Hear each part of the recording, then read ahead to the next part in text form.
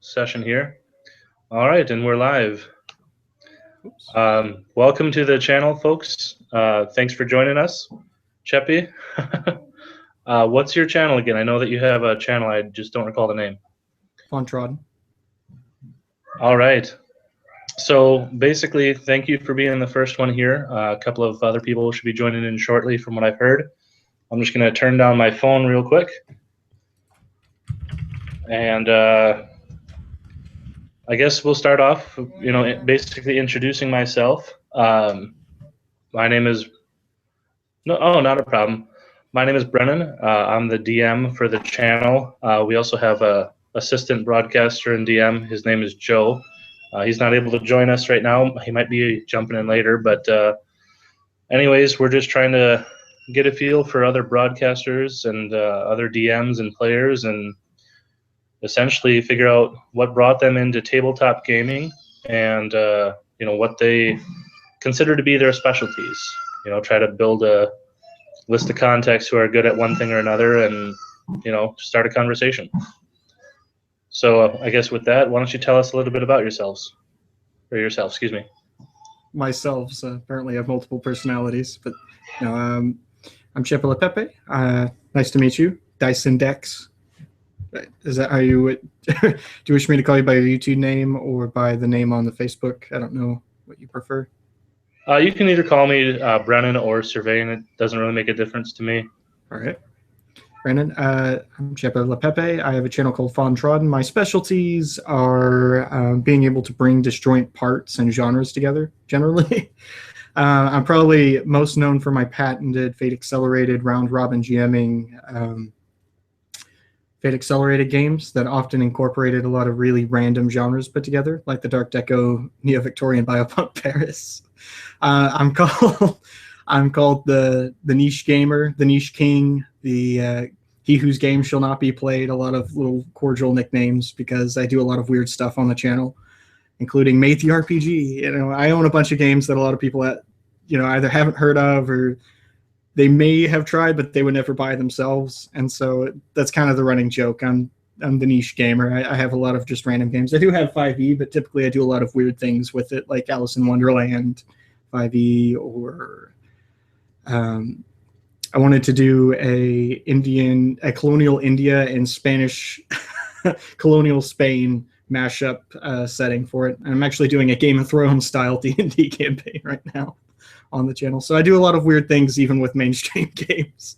That's just kind of my thing. I can't seem to just stick to what people normally do, even if I try. So might as well not. So that's kind of what I'm known for. That's my specialty. I do a lot of. I'll try to relate something to that real quick. What I do as far as niche gaming, I guess, would be I've incorporated some of the 5th edition rules in my 3.5 campaign that I run.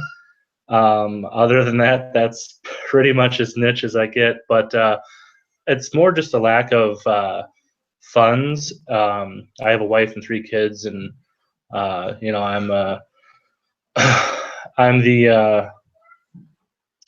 have the easy job. I bring in the money. My wife does everything else under the sun, basically, and I'm just trying to let out my creative side, and decided to make a channel and just try to figure out what's out there, and see if I can add anything to the conversation, and just really introduce people to what I'm all about. So I don't foresee that I'll be doing too much of the niche gaming stuff as you are, so I'll probably defer to you on questions that I have for that, but for what it's worth, I'd be interested in jumping in on a game at some point, as my schedule allows.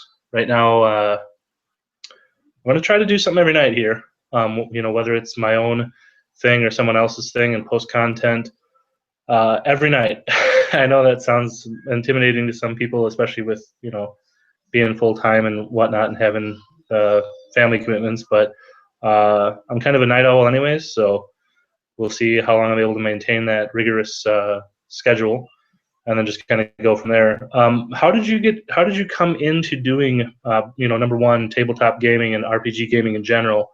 And then number two, what made you decide you wanted to broadcast? I know you say you don't have a lot of time. If you can give me kind of a time frame, I can try to hold the questions that way. Oh yeah, I should be leaving within 30 minutes or so. But I just wanted to come in and say hi, welcome you to the group and everything. So um, I got in because I'm from a chat, like free form role playing on chat rooms and forums, play by posts and those kinds of things. I never did LARPing, thankfully, because some of the people that I'm around that do LARPing are a little bit too extreme with it. But yeah, I came from that background. I also came from the opposite, like very extreme, like video games, board games. I didn't go into like full blown wargaming, but I was close at one point, I think. And eventually, those two, I always wanted to do tabletop RPGs, like because they're kind of the medium of those two, you know, cooperative storytelling and improv, which I really enjoy doing, and game design, which is something I always really enjoyed because I actually like messing with mechanics and things like that. And so they're just like, it's like the marriage of two things I just happen to be absurdly passionate about and just kind of fit. I always wanted to do it. I haven't been able to do it except for like 3 or 4 years ago. To Game Master, I've played on and off, depending, you know, some Pathfinder, some D&D, some. I tried World of Darkness, didn't get to do World of Darkness yet, and Exalted, and so yeah. Once I was able to buy my own games for a while, I ended up turning online to finally start having people who are willing to play the games that I run. Occasionally I'll have friends that do that. So I've had a lot of sparse experience, you know, just slow whenever I got the chance GMing. The reason why I started broadcasting was because I benefited a lot from different members of the brigade, and also from the one-shot group now that the one-shot group's formed. But like Null Inquisitor, Runeslinger, GM Facepalm, John O'Connor, a lot of those guys, I actually benefited a lot from their videos, and I wanted to contribute myself. Like I wanted to be able to offer someone to someone's table. I saw that there wasn't a lot of. I have a lot of really. I have more experience in really random things, right? Like round robin GMing. Nobody apparently didn't know about round robin GMing, or people did, they didn't talk about it. So I decided, okay, I'll just put my 2 cents in. So I just try to add wherever I think I could add to the conversation. So I did it out of a desire to give back. So that's why. Sorry, I had my mic muted there. So what about your first experience in gaming? Like, how did that come about? A friend of mine was DMing, and he did basically a one-shot. It was pretty much D&D, and so we just got on. And I did that. And pretty much that was my first time in tabletop. But I did role-playing before that. I think I started in chat rooms, in all honesty. Is where I started role-playing, even though I got into chat rooms and different kinds of online forums for play-by-post. And eventually, when I got the chance, I did tabletop. So it's kind of how my first experience was. I think my guy was kidnapped. I played a rogue. And how long ago was this? It was years ago. I don't know how long ago. That's all right. Welcome to the call, guys, for jumping in. Looks like we have Nick and Arthur. Is that right? Yep. Hey, Nick. Hey. Arthur? I don't know if you have your mic muted or if you just want to watch, that's fine. But welcome anyways. So we're just having a conversation here this evening, introducing Dice&Decks to the world. So thank you guys for jumping in on the call. Cheppy, sorry, I didn't mean to cut you off there. Just wanted to make sure I acknowledged the new people into the chat. What would you say, Cheppy, is the most interesting thing that's ever happened, either to you personally or to a fellow player or the DM, while you were playing any of your tabletop or other hobby games?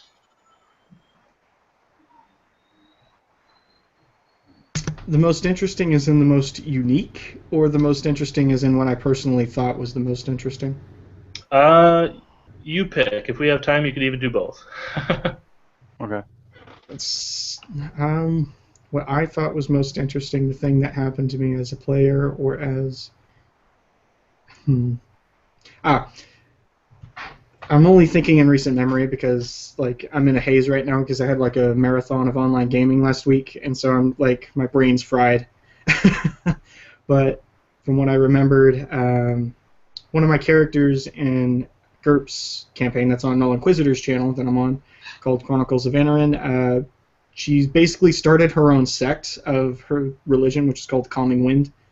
The first session, at the end of the first session, and in the second session, he actually brought that into play, and he actually let me build the temple that the next session start in. And on the course of our way to the capital, I actually rolled for a heal check, and he had no idea what would happen, and I had no idea what would happen because he didn't think of it, and it wasn't necessarily built into the canon of the setting.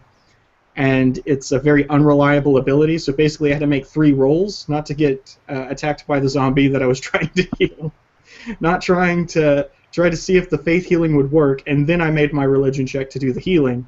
And they were all statistically against me, and I made all 3 rolls, and he calmed down. So it was a really intense moment in a session with absolutely no combat whatsoever. So I think that was cool just because something that was practically a miracle dice-wise was also a miracle in the world. So it was one of those few moments where I almost felt the empathy of my character for the person that she was trying to heal. So I think that's probably the coolest moment for me personally when playing thus far. Welcome to the call, Kevin. Arthur, did you get your sound working? Welcome, Ty. You're just jumping in the middle of a conversation here. You haven't missed a whole lot. Cheppy's just telling us about his gaming background, what he does. Check. Can you hear me? Specifically. Yeah, Arthur, we got you. We can hear you. There you go. Okay. How about you, Ty? Can we hear you? Yeah, I can hear you. Can you guys hear me? Yes. Absolutely. Okay. I'm going to have everyone mute their mics for a moment. Well, everyone except for myself. I'm going to try to divvy this up here so we don't have the epileptic camera going off as everyone's doing different things. First of all, thank you guys all for jumping in here. If you're not sure how to mute your microphone, if you're in the Google Hangout, if you hover over the top of your video, you should get a little black box that pops up, second icon from the left, mute microphone. I'd appreciate that. Anyhow, we're just trying to get everyone's backgrounds, trying to introduce ourselves to the world, and basically just be kind of casual and talk about the hobby that we all love. So again, thank you guys. Cheppy, how much time do you have left, sir? Okay, you just let me know. Just a little bit. I'll just let you know in the chat if I need to leave. Okay, sounds good, man. Thanks for sharing so far. Anyone like to volunteer to go next? Arthur, Ty? I can go if you want. That's all fine. Yeah, Okay. why don't you go ahead? Basically, the questions are, if you didn't hear, is basically what brought you into hobby gaming or tabletop gaming, whatever your forte is, number one, and then number two, if you have a channel, what you specialize in, or what you feel you specialize in, or the reason that you started doing it, and then I'll follow up with any other questions as needed. But I'm going to shut up now.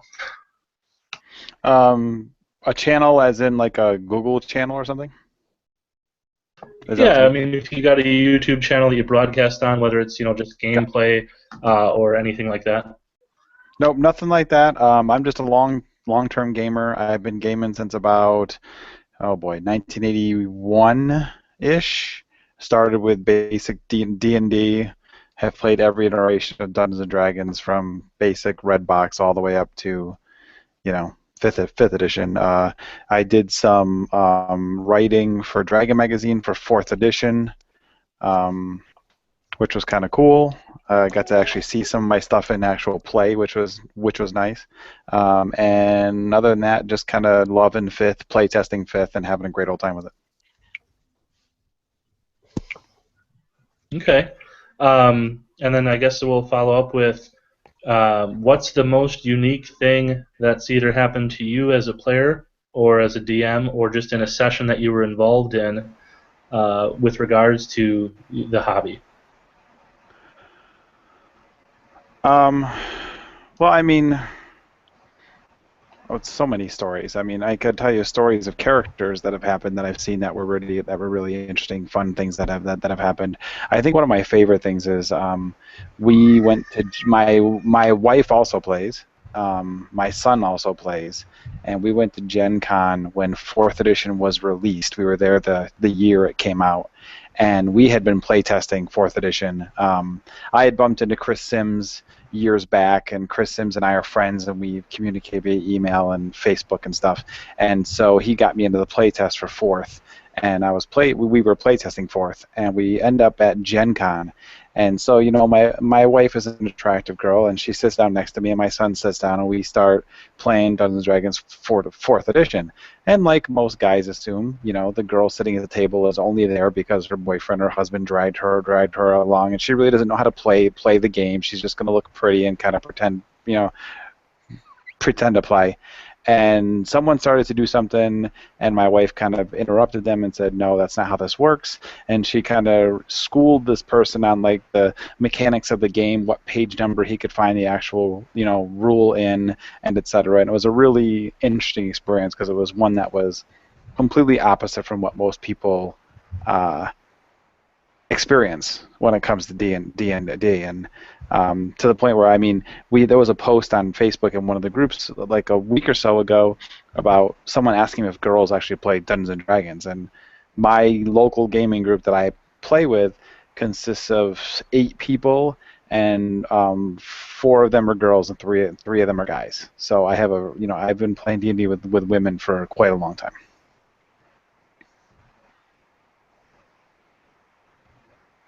All right. Thank you for sharing. I think we'll move on to Ty here, unless any of the other guys want to go next. No, I can go. Actually, I was kind of glad to hear that Arthur had been playing as long as he had been, because usually I've been playing since about the same time, about 1980 or 81, and most online games or sessions, I always feel like I'm the grandpa of the group. Most of the other guys, you know, most of the oldest ones are like early 30s or something like that, maybe been playing 10, 15 years. And but I didn't start with basic. I actually started right with AD&D, and then went into Star Frontiers of all things. And you know, a lot of the 80s games and things like that. And I've been playing off and on for 35 years. That does sound like a long time when I stop and think about it. Mostly in the 80s, I played D&D. First edition, I have this weird thing where for some reason I skipped the even editions. I skipped 2nd edition, and I skipped 4th edition. So I guess when 6th edition comes out in 10 years, I'll skip that one. But in the 90s, I started playing things like Deadlands, some Shadowrun, and I moved around a lot in the 90s, so I was in different groups and ended up playing for a while an older game called Dragon Quest, which was originally made by a wargaming company called SPI back in about 1980. I think maybe is when it came out, and TSR eventually bought the rights to it, and you know, that pretty much killed it right there because it was early competition for D&D. But then in the late 90s, you know, when 3rd edition came out, I hadn't played D&D in a while. That kind of got me excited, what I was hearing and reading about it. So I hopped right back into D&D after being away for a while. And when 4th edition came along, to be honest and fair, I've never read a 4th edition book. I've never played a session. I really have no opinion about it. But the big split. Everybody either loved or hated 4th edition. That was kind of enough to keep me out of it altogether. It's like, look, I was more than happy with 3rd edition or 3.5, even Pathfinder. So it's like I don't need to be part of any arguments or anything. So I kind of skipped 4th edition. And then when 5th came out, again, to be honest, I was kind of skeptical at first. I saw some things I didn't care for, and there are still some things a few things I think 3rd edition's a little better at, but overall, I've really liked 5th edition once I really got into it and started playing it and stuff. Best version of the game? I don't know if I'd say that. I'm not sure there is a best version of the game because each edition brings its own bonuses and pluses and that kind of thing. I do not have a YouTube channel. When it comes to gaming, I'm pretty much a player. I have experience as a DM under 3 and 3.5. Haven't taken the step into 5th yet as a DM, but I'm looking forward to doing that in coming weeks. And I've kicked around the idea of maybe starting a channel. Once I start DMing, maybe doing a channel showing some of my games. And I'm sorry, did you share the most interesting thing yet that happened either to you as a player or in a gaming session you were involved in? Whether it be any specific, session or not, that's up to you.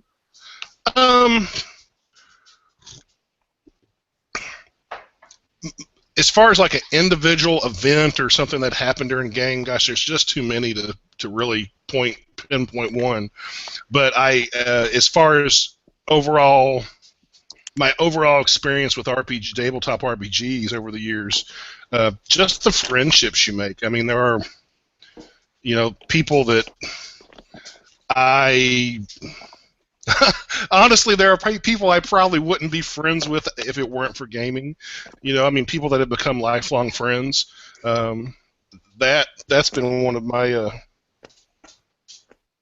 I don't know if that's unique to me. I'm sure it's not, but just the friendships that have come up over the years. That qualifies. I mean, certainly not unique. I think everyone has it, but it's something that like you said, you wouldn't have certain people in your life, without it. So, that's maybe unique to other things.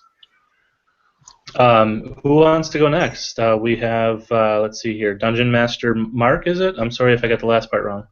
Yeah, it's me. Okay, so basically what we're asking is, we're just trying to get to know the members of the gaming community and figure out, what the different content providers, if you happen to be one, which I believe that you are, feel that they provide to the community, and then share, what brought them into tabletop gaming in the first place, or just hobby gaming in general, and then a unique story, and anything else that you'd like to, ad-lib as well. And I'll be quiet now. Yeah, so if anyone's ever watched my channel, I am Dungeon Master Mark, is just the name of my channel. I do lots of 3D terrain, so I mostly run Pathfinder, a little bit of 5th edition, Hackmaster, pretty much a couple other people looks like joined. But I'll run just about anything, I guess. My channel is mostly based around terrain, custom stuff I do, Dwarven Forge, Her Starts, stuff like that. 3D terrain, and then the bigger the better. I mean, I do like huge, like massive tables full of terrain. Sometimes it gets a little absurd.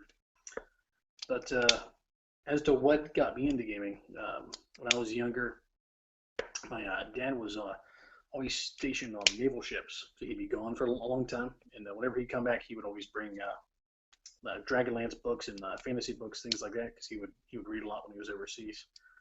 And I was pretty young when I started reading those type of books, like Dragonlance and some of the books of that nature. And I think it was one of those things where I was doing really, really poorly in school, and I was kind of nerdy. And I got kind of hooked into the books, and it just kind of, I don't know, it took me from a comic book liking kid to next level, I guess. And then I slowly found a couple other kids with similar interests to me, and we started gaming, and just kind of went from there. Yeah, the other question you said was a memorable moment there, right? That is good. I'm glad that Oh, is. hold on a second here. Yeah. Not sure what's going on here. Getting a lot of feedback.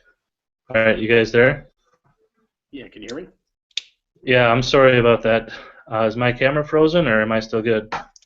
Yeah, I can see you moving now. Okay. Yeah, but as far as memorable moments, wow, I would say there's lots. Probably the funnest moment or most memorable I can say is about 2 years ago. I had a gaming table made for my game room, and there was all different kinds of stuff happened when I went to order this table. It got delayed a couple times. The guy like broke his hand. The guy got like deathly ill. The gentleman who was building it, and then the gentleman's father was helping me build it. And I guess the father actually died while he was making my gaming table. But everyone always jokes around that says my table was like cursed. So the very first game we ran a campaign for a Pathfinder Society, and I think the first 3 games we ran, every single person died at the table. So it was just total party kill, total party kill, total party kill, and it wasn't anything where it was like people made bad decisions. It was just like they would have like 2 hit points left, and there would be a critical hit, and they would just suffer like insane damage. And finally, the last game, the one gentleman who's one of our venture captains for the Pathfinder Society in our area, he was all proud of himself. He had a special character he had made for the campaign, and first attack of the game, critical hit, dies right off the bat. It was hilarious, and I thought he was going to start crying because he had this special character made and everything, and he'd been working on it all week long. And you just see like a little tear kind of creep down the side of his face, and I was like, "You all right, man?" He goes, "Yeah, I just need to go outside and smoke a cigarette."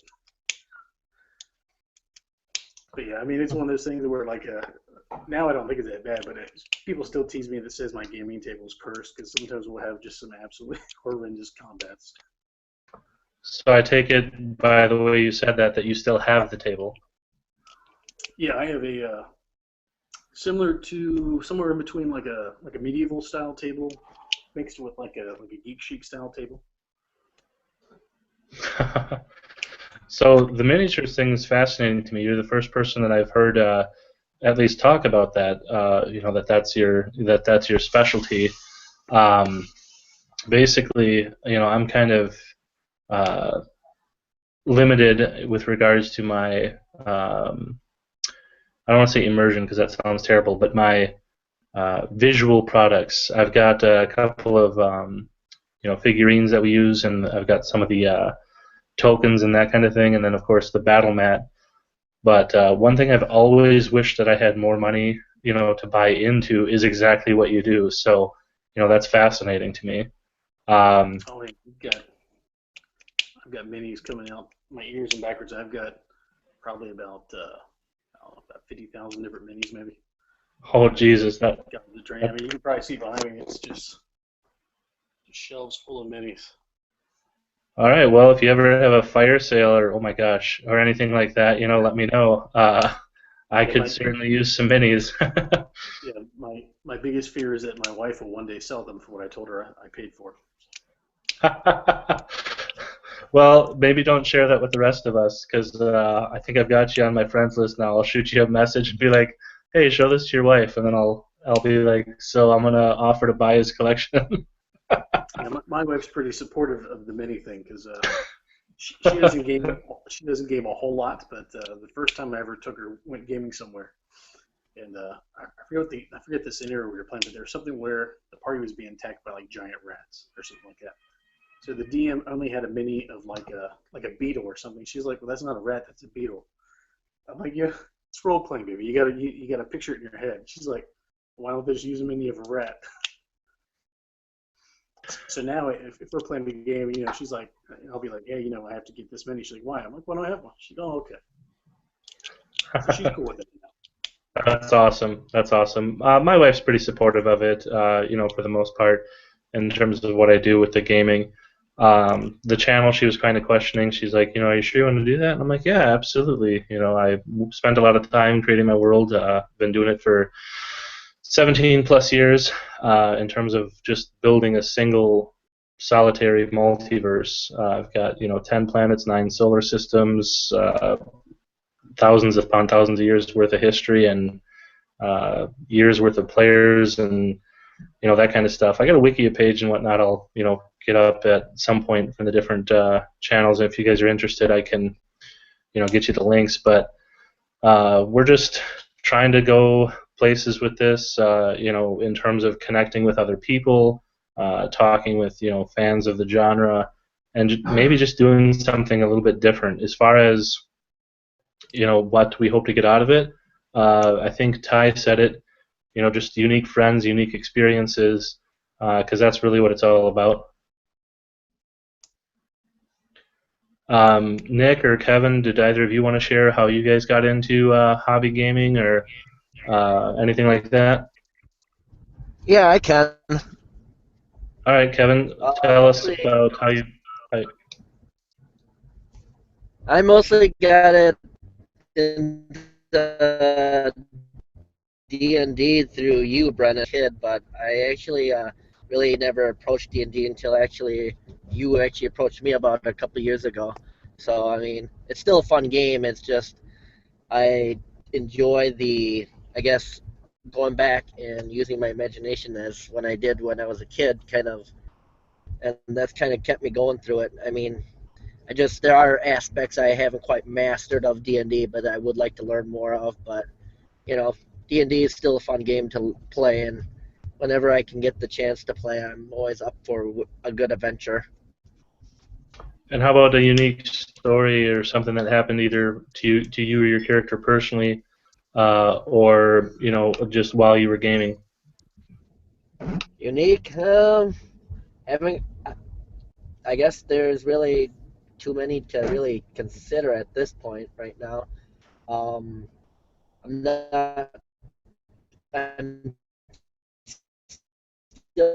I still consider myself, so I'm still learning as I play. So Nothing wrong with that. We all start somewhere. Did you want to share anything else, or? no, I'm good. Okay, Nick, did you want to share anything? Well, much like Kevin, I kind of got into it because of you, and off and on have been playing in your world for, well, I think for as long as you've been developing it. I don't really know exactly, but it's one of those things that kind of works in cycles with me. At times I'm into it really a lot, and at times I'm kind of borderline. So right now I'm fairly into it. So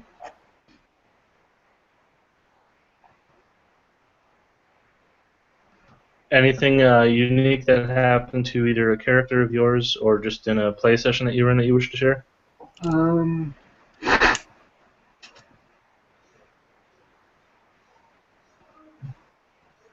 not really that I can think of at the moment. Okay. All right. Well, I guess we'll open it up here. Whatever you guys would like to discuss. If you have anything you want to ask me or ask each other, welcome to the call, Howard. Can you hear us? If your mic's on or not, but we'll come back to you if we need to. Otherwise, if you're just in for listening, welcome. Thank you for joining. Anyone want to talk about anything in particular or ask me any questions?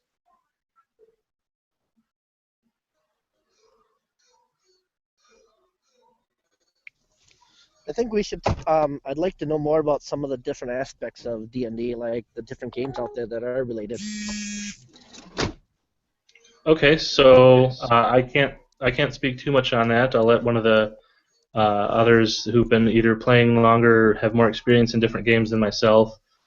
D&D's really been my forte, unless you want to talk about Magic the Gathering, which is fine. That's something we'll be doing on the channel as well. Who asked that question?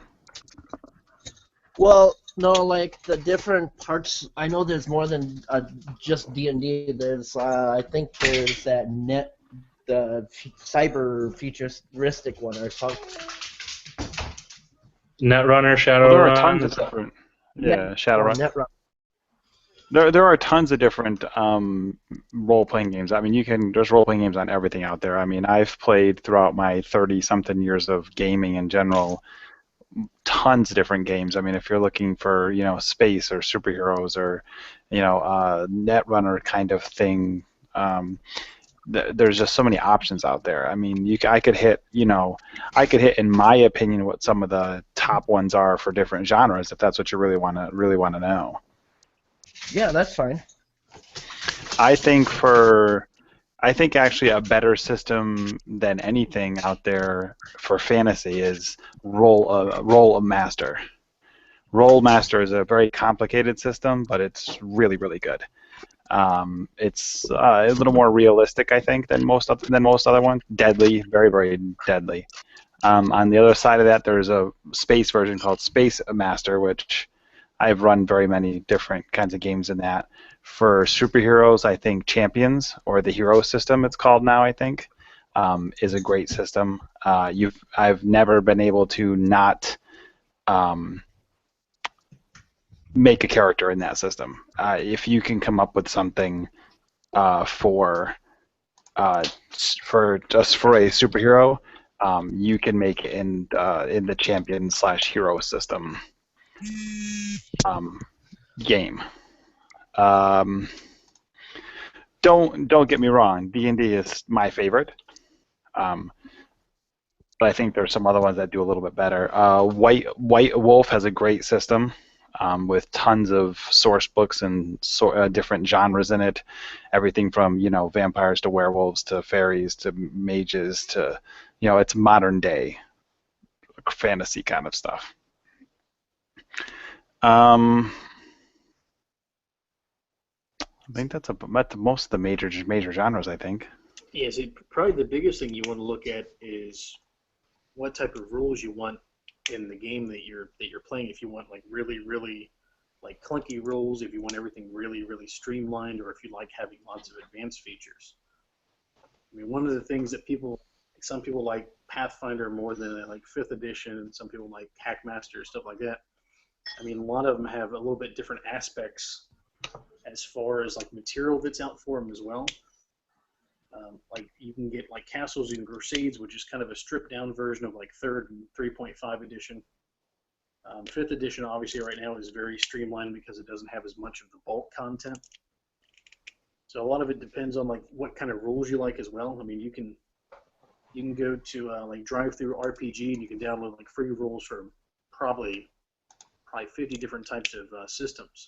That way it can give you a little bit of a kind of idea of how the different systems works. There's some of them that are D20 based. There's a D6 based system. I've even seen the D10 based system. So I mean, it just kind of depends on what type of rule system you like also. Just a little note. I'm not going to start an edition war here, but I had read an article a while back that I thought was quite interesting. For those of us who have played many editions of Dungeons and Dragons, 1st edition, 2nd edition, and 5th edition, the game was less focused on making your character and more focused on playing your character. Yeah. When 3rd edition came along and 4th edition, the game drastically switched to where you spent hours making your character, and sometimes it felt like you spent more time making your character and leveling your character than you actually did playing it. And I thought that was an interesting article because I'd never thought about that before until I read that article. I was like, holy crap, it's right. Oh yeah, definitely. I mean, Yeah. I always think it's people think it's funny that people who've never played like 1st edition or never played like white box rules, how they're like, you mean Elf was a race and a class in 1st edition? You're like, yeah, pretty much, yeah. Yeah, no, that was basic edition, yeah. Oh yeah. I also want to. Oh, go ahead. I also wanted to bring up, since Rollmaster was mentioned, that for players, in the DM, it can also depend on what type of game you're wanting to play. Besides just the mechanics of the game, D&D is for the most part mainly sort of a high fantasy or epic fantasy kind of genre game. If you're wanting to play something a little grittier or more down to earth, or I believe the word realistic was used, Rollmaster is one good choice. I think 5th edition is maybe a little bit better about this than some of the earlier editions were. And what I'm talking about is sort of, it's really more of a flavor thing than anything. But I'll use an example. Say in D&D, if you're a 20th level fighter and you're facing, say, 10 orcs, that's no contest. You're going to walk away, probably not even take a scratch. In some other type of fantasy games, RPGs, you may be a very experienced combatant, on roughly equivalent to, say, a 20th level fighter, but going up against 10 orcs, you're going to get slaughtered. Again, I kind of don't like to use the word realistic since we're talking about games, but it's definitely sort of a more down-to-earth kind of feel, I guess you'd say. And one benefit of a system like that is that in D&D, you're not going to take a bunch of first-level characters and throw them in with a bunch of 10th and 12th, 15th level characters. Generally not, anyway. In some of these other type of games, you can do a little bit of that. I mean, it's still, a little dangerous, definitely, but you can kind of throw in beginning-level characters with some of the higher-level folks, and they'll stand a better chance of survival, I guess you'd say. Yeah, I definitely think that. The other thing you want to look at is what type of games people in your area are playing. In my particular area, we have, I would say, probably 30% of the people play Pathfinder, maybe about 25% play 5th edition. You still got some people who play 4th edition, and then you have people who play other systems like Savage Worlds and Hackmaster and things like that. But I mean, some games or some systems are a lot easier to transition in between. I mean, like Pathfinder 3rd edition and 5th edition, I mean, they're really, really easy to transition between those. So I mean, as long as you're running a good campaign and you have players that are familiar with, some of those systems that kind of mesh well together, I mean, it's really easy to pick up players. Whereas if you have someone that the only thing they've ever played is Champions, or something, where you roll like, 20 d6, they may not be real comfortable, running d20 systems and things like that. I honestly am really fascinated by your guys' experience with other, games. For the longest time, my finances have been tied up either with, most recently, the family stuff, and, home buying and everything that comes along with, I'll use the word maturing loosely, right?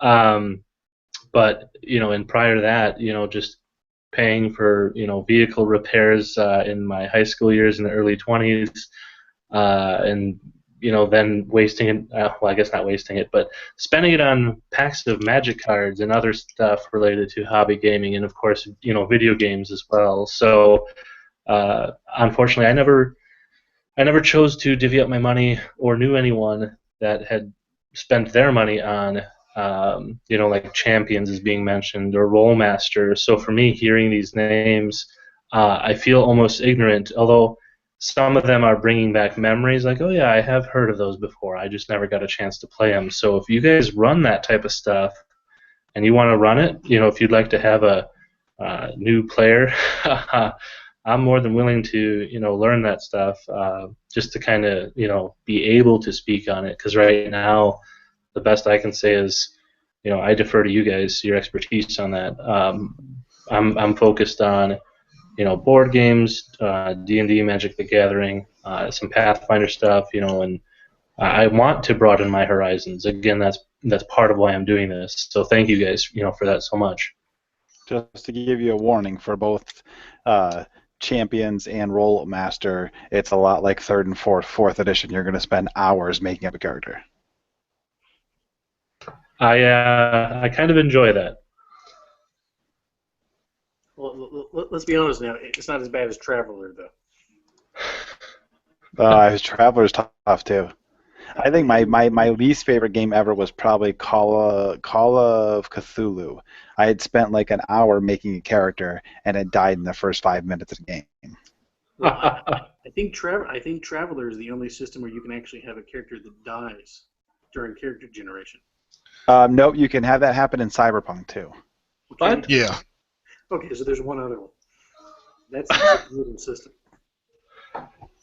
Well, I just think that being able to die during character creation, what happens? Your paper catches fire? I'm a little confused here.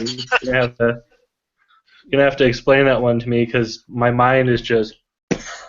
No, but by the time you get down to character generation, you've basically put like your resources into other things, and then like there's it's kind of hard to explain, but if you ever want to just try something really really unusual, look up. There used to be a gentleman who used to have a YouTube video on I think it was Traveler character generation. I think it was like about a 50-minute long video, and this was the basics.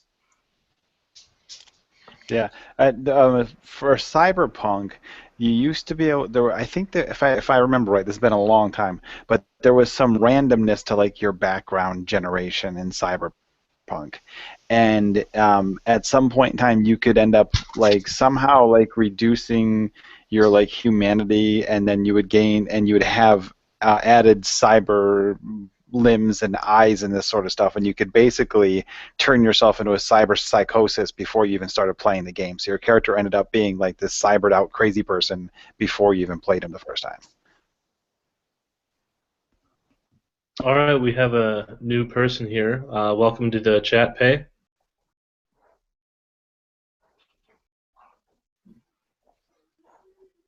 I don't know if I'm saying that right or wrong. I don't know if can you hear us? We can come back to you if you need a minute. Oh, here we go.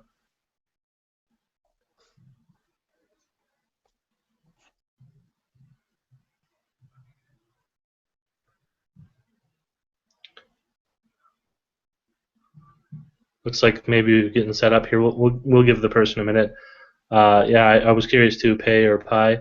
Glad to have you here. We're talking about tabletop gaming and just the hobby of gaming in general. So, whatever you'd like to contribute to the conversation, we're glad to have you. Do you think the settings are messed up? I'm just reading through from the chat here. Well, let us know if we can pay. Okay. Well, we can definitely communicate via chat if you'd like to do that. Post some questions or anything you'd like to contribute. Basically, my questions to everyone so far have been, what brought you into tabletop gaming, number one? I hear a mic. Hello?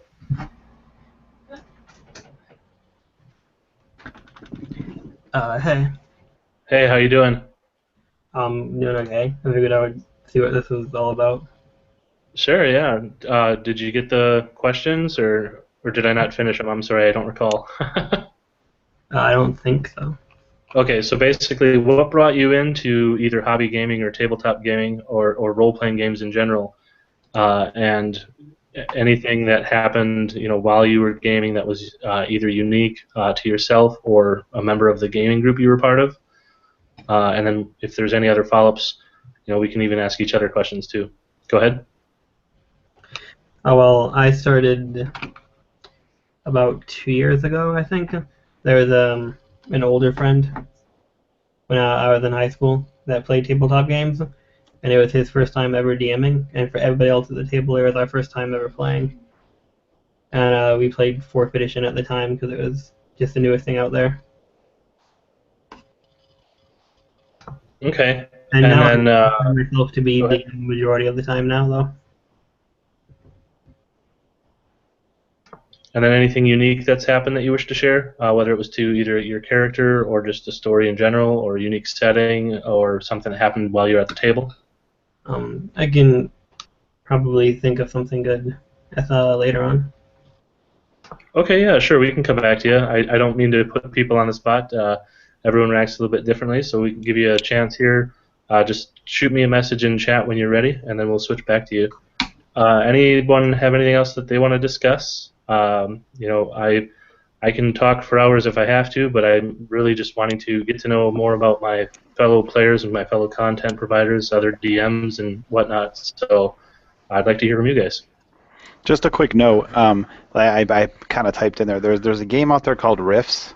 The system isn't the greatest system out there, but I think the campaign world is pretty awesome. It's an idea of like a post-apocalyptic Earth kind of deal with there's magic and there's dragons and there's giants and there's technology and all this stuff all kind of intermixed together, and it's an interesting campaign setting, or not campaign setting, game.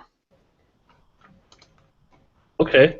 Yeah, and if you guys have things you want to share or talk about, not related to D&D or Magic specifically, that is absolutely fine.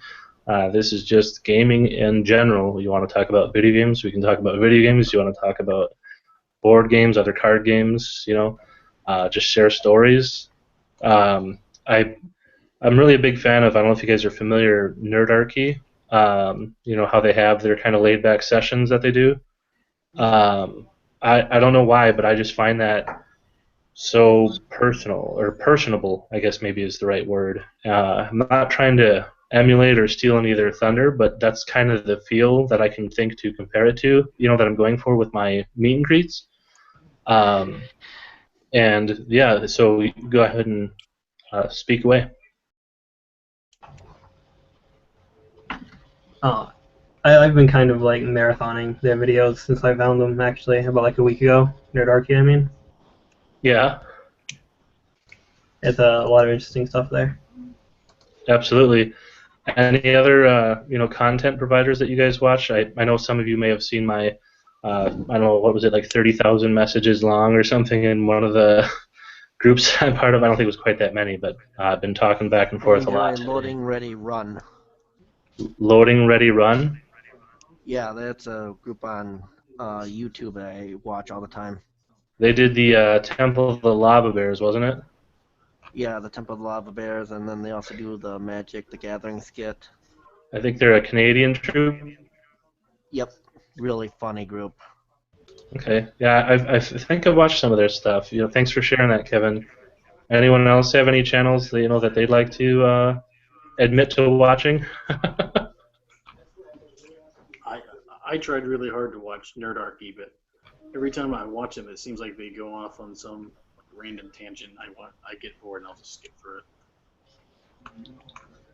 Yeah, I've heard that before. I'm a little more, what's the word I'm looking for? Patient, I suppose. So I'm able to get past that, and at times I can go on a tangent, but I'm going to try really hard not to do that. So hopefully more interesting in that regard. Ones that I'm familiar with are like Dawn Forgecast or ItMeJP. D&D PhD, I believe, is one. WASD 20. I got a whole list that I was given today on, I think it was the YouTube Brigade Facebook page. I don't know if that's how you guys all came to find out about the broadcast tonight, or if it was in one of the other Facebook groups that I'm a part of. But regardless, again, thanks for everyone being here. If you'd like, I can share the link for my lower of my page over in the chat, and if you guys want to pull that up, you Sure. can maybe ask me questions from that or something.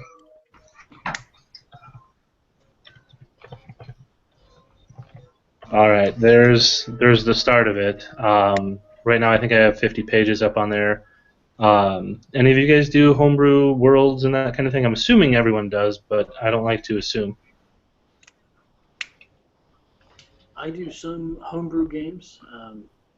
I also like picking up like campaign settings. Like right now, I'm running Rise of the Drow, which if you guys haven't read the Rise of the Drow campaign, it is absolutely amazing. Which one's that from, if you don't mind me asking? What's that? Rise of the Drow, is that from a particular? It was a Kickstarter. It was put together from the gentleman from Adventure Weekly. Okay. Jonathan Nerdtrek and them, and Josh Gillian and a bunch of others.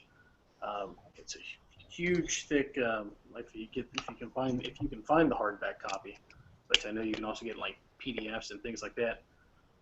but it's kind of a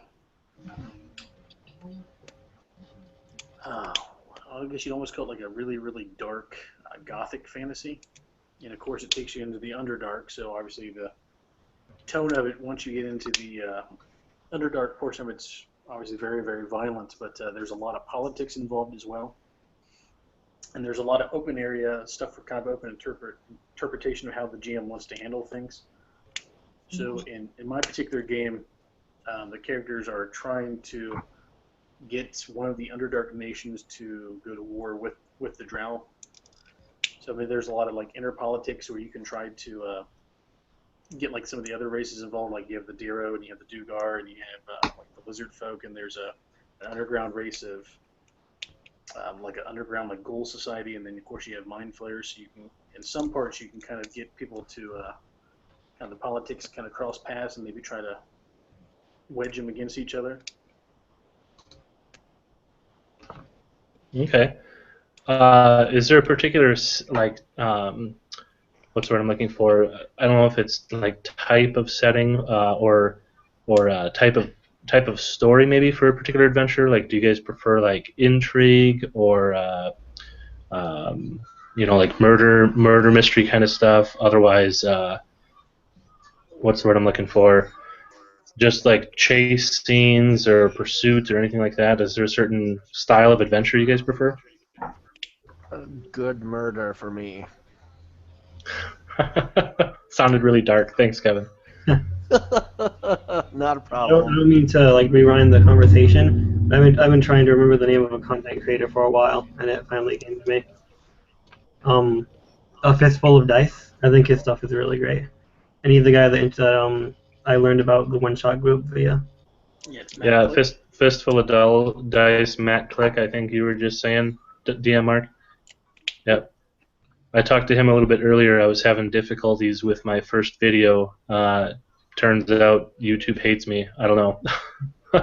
But hopefully this one posts a little bit better.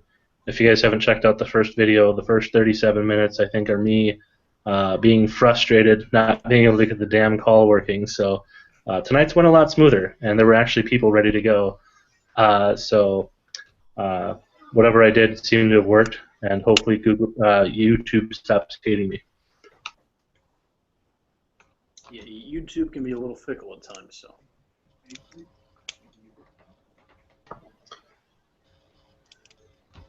Arthur, do you have anything you want to share?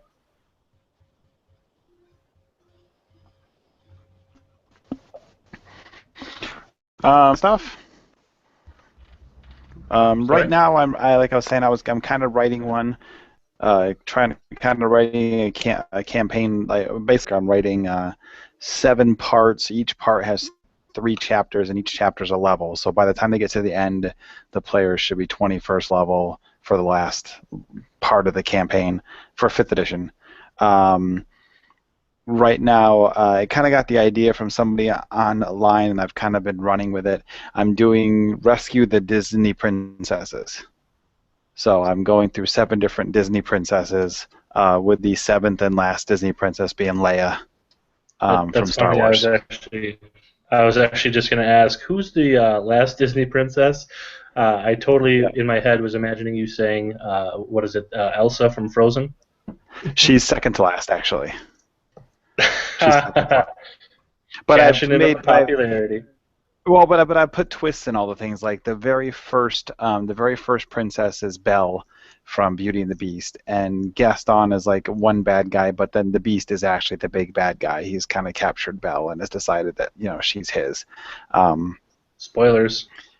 Right. Yeah. And then I've kind of gone up through. The hardest one was probably the 4th princess, which was the Little Mermaid, Ariel. So almost the entire 3 chapters occur underwater, which I found actually writing 3 chapters and 3 levels of characters all underwater was very difficult. Something I'd never done. I've never had a campaign that spent that much time underneath the water. A lot of gargling during their conversations, I'm assuming? I would think so, yeah. Sounds maybe like mind flayers communicating back and forth. You awesome, Matt. Yeah. And so right now I'm on Mulan, which is part 5, and then I have to do 6, which is Frozen, and 7, which is Star Wars. So no Sleeping Beauty, would that one be too boring? Yeah, no, I didn't do Sleeping Beauty. One interesting twist was the second one is Snow Dwarf and the Seven Whites. Okay. So it's all based on a dwarven city where the daughter is a rare albino dwarf named Snow, and of course the evil stepmother is completely jealous that Snow is white and beautiful, and so she has her kidnapped. And at one point in time, the players end up at a tomb of 7 lords, which are 7 whites that she's rumored to be having been taken to the tomb of the seven lords. So it's Snow Dwarf and the 7 Whites. So the chances of this getting published by anyone not Disney is slim then. Oh yeah, that's not happening. That's not being published. If I could ever find a really good writer, I do have a campaign setting in my back pocket that I'd love to write. I have tons of work done on it, but I need someone who writes better than I do to make it sound pretty. I will use that as a segue to mention that I feel like I should have like a Vanna White moment and be like, look over here. I'm going to be actually writing, or excuse me, I am currently writing my first novel. I am not published. I don't have a deal or anything like that. I fancy myself a good writer when I actually put in effort to do so. Currently, it's going to be, with any luck, an 8-part series.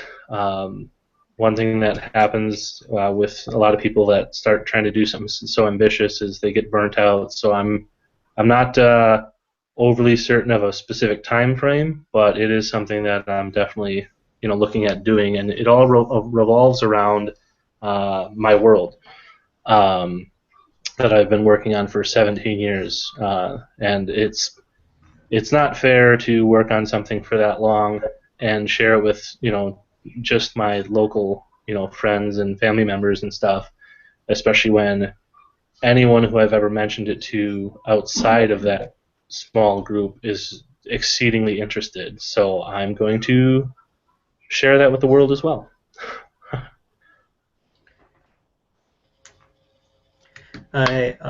Author, I think it is. How are you handling the underwater stuff? Because my players are heading in the direction of an underwater adventure themselves. So what I did was when I started writing the campaign setting, I went in through the Dungeon Master's Guide and I rolled up all the treasure for the entire game first, and then kind of as I knowing each chapter was going to have certain parts of it, I rolled for treasure, and then I kind of dropped it around, and then in a couple spots. I dropped in like a spell scroll for water breathing, because I knew by the time they let's see, where is she? She's part 4, I think, in my campaign setting. So that puts them, by the time they get there, they're already 9th level. So they're high enough level that they can easily cast water breathing and go for a long time underneath the water. I actually happened to roll a couple of magic items that were appropriate for that too, which was kind of interesting that they show up before they get there. A couple of interesting, like I rolled gauntlets of swimming and climbing, which I thought was kind of funny that I happened to roll those, and a couple things like that. So. I mean, more or less, I'm just kind of preparing them to get in the water with things like water breathing and stuff, hoping that they'll be good enough to do it. I also, just as a note for my campaign, I had all the characters, they've all made their characters. We're not starting the campaign until June, but they've already made their characters. And I also had each person privately tell me one thing they've always wanted to have happen in Dungeons & Dragons, and I tried to write it into the game. So everybody kind of has a little bit of a personal thing.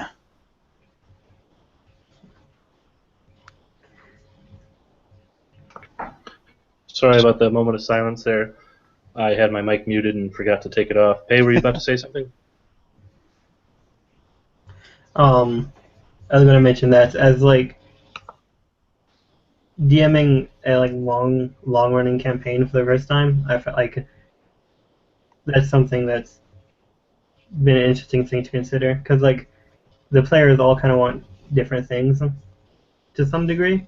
Like I have one player who has asked at almost every turn questions relating to like, oh, can we get like an army in action? Can we like talk to this king and stuff? So yeah, I'm gonna have that happen eventually. Yeah, I had some interesting requests. My son, who plays, he's 12. He's been playing D&D since he was 6. He wants to play a ranger, and for his pet, he wants a baby dragon. So I'm gonna go by the same. Yeah, I'm gonna go by the statistics of like a regular animal companion for his ranger, but it's gonna be a dragon just for flavor.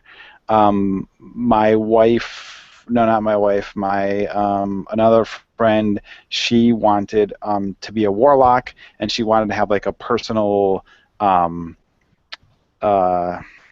relationship with her patron. So I kind of wrote that in there. Another guy happened to send me one, which was great timing when he sent it to me during the Aladdin section. He sent to me that he'd always wanted to travel to the underworld. So as the second part of Aladdin, at the end of the first part, Jafar and the genie banish the players to the underworld, and they have to try and find their way out. So that kind of got put in there.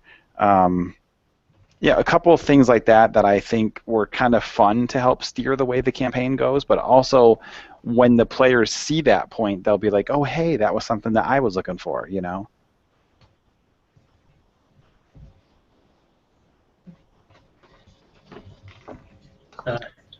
Yeah, it's a really good practice to just kind of ask your players what they think and what they want to happen. Sometimes I find. How much do your players know about the campaign? Like, do they have any idea about the theme of Disney Plus? They have no idea at this point. I assume by the middle of the first chapter they'll catch on when they run into Gaston and they know they're looking for Belle. They'll figure it out immediately. But yeah, no, they at this point they don't have any idea what the campaign setting's about.